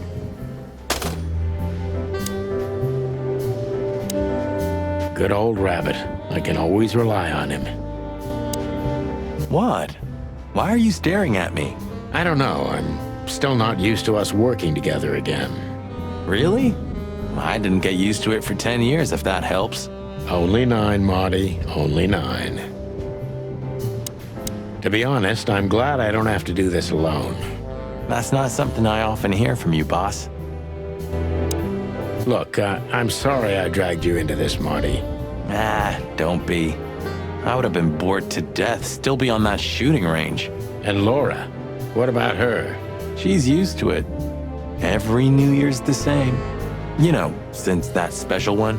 Don't say it. A bloody New Year's. Yeah. So Laura's probably at home, waiting for me on the couch, staring into a candle and killing a bottle of wine. Or two. You can get out of this any time. You know that, don't you? If you start something, finish it, right? Let's just make it through alive, okay? Or Laura will bite off my head. Literally. I'm on it, partner. Thanks, Lewis. Again. Oh, don't mention it. Besides, it was my big dream to help you with a serious case. Well, let's hope you can help. What can you tell me about this list, old pal? Well, these names. I know half of them personally. Maybe even more. I knew it. But I have no idea what kind of list this is. Here we go. But these are all members of the upper class. Politicians, business people. Oh my. Even the commander of the Royal Guard. Damn. But I really don't know what it means. So, is it a dead end? I'm afraid so.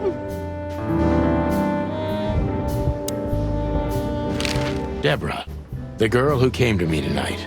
Yes, she's a very lovely young lady. Where did you take her after you two left? Where she asked me to Flowerville. Flowerville? Rochester Street 37? Yes, exactly. Why? Luck. Did something happen? Nothing good, Lewis. Nothing good. This? This? Oh, my goodness. I think we have a bingo, gentlemen. You see, I also have one of these. A card? Like this? Really? Yes. It's a membership card to a very exclusive club. How exclusive? Very. That's what I'm talking about. What does SN mean, Lewis? It's the sweltering Nile. But that's a... Well, yes, it's a brothel. But it's not like that. It's something completely different. Calm down, Lewis. We're not going to tell anybody. Thank you so much. It is rather embarrassing. Listen, Lewis. How do we get in? You want to get in? Well, if you show them this card, they'll surely let you in, but it will be obvious you're not regulars there. We're used to that. So, are we going to a luxury brothel? Correct, Marty. Thanks for the help, Lewis. I owe you one. For the third time today, I think.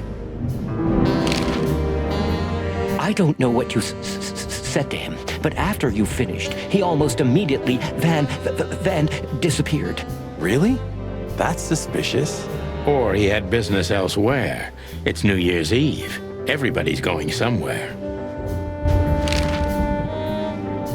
I didn't see her after the show. If I'm not mistaken, she usually leaves when everyone else has already left. What else do you know about her, Lewis? Oh, not much. What everybody knows. She was a dancer, then a backing singer, then star, and then club owner. We found out as much already. Do you think she'd fled the Stavonian massacre? That's why the secrecy. Do you mean the massacre of the royal family? I'd say her accent is a dead giveaway, and her name too, though it's undoubtedly an alias. So it's possible that she is a part of the royal family? I don't think so. Nobody could have survived that awful night. You're probably right. What should we know about the place, Lewis? Besides what they're dealing in there? Oh, Oh, it's an elegant and exclusive place. Not everybody visits them for that, you know. Some animals just go for company. I see. I guess it's mostly visited by the upper class. Mostly, yes. The wealthy who have a taste. Yes, of course. Is it true what they say, that it's some kind of hidden stronghold of the royalists? The Nile is a proud herald of the coexistence of all the species, yes, but stronghold? I don't think so. But the place must be an eyesore for the separatists, right? Oh, don't worry for the girls, Sonny. They can defend themselves quite well. The separatists wouldn't dare to go near the place. Well, we'll see what they have to say about these two old cocks. That was a little bit, equivocal.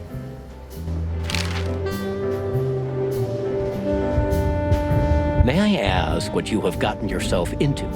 This looks serious. It's complicated, Louis, but nothing good.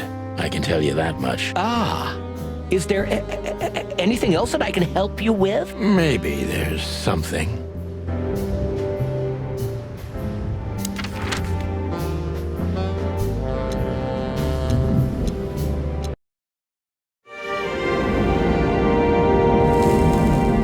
To Marty's delight, we were heading toward the most exclusive brothel in Clawville. The separatists and those opposing the monarchy hated the place, just like they hated everything that supported interracial relations and peaceful coexistence of all species. So the place wasn't just a brothel, it was a symbol. But just like a brothel is not a worthy symbol, Clawville failed to turn out the way it was intended. Well, here we are. The kingdom of long legs, silky skin, and fluttering lashes. We've arrived. Calm down, Marty. Watch your blood pressure.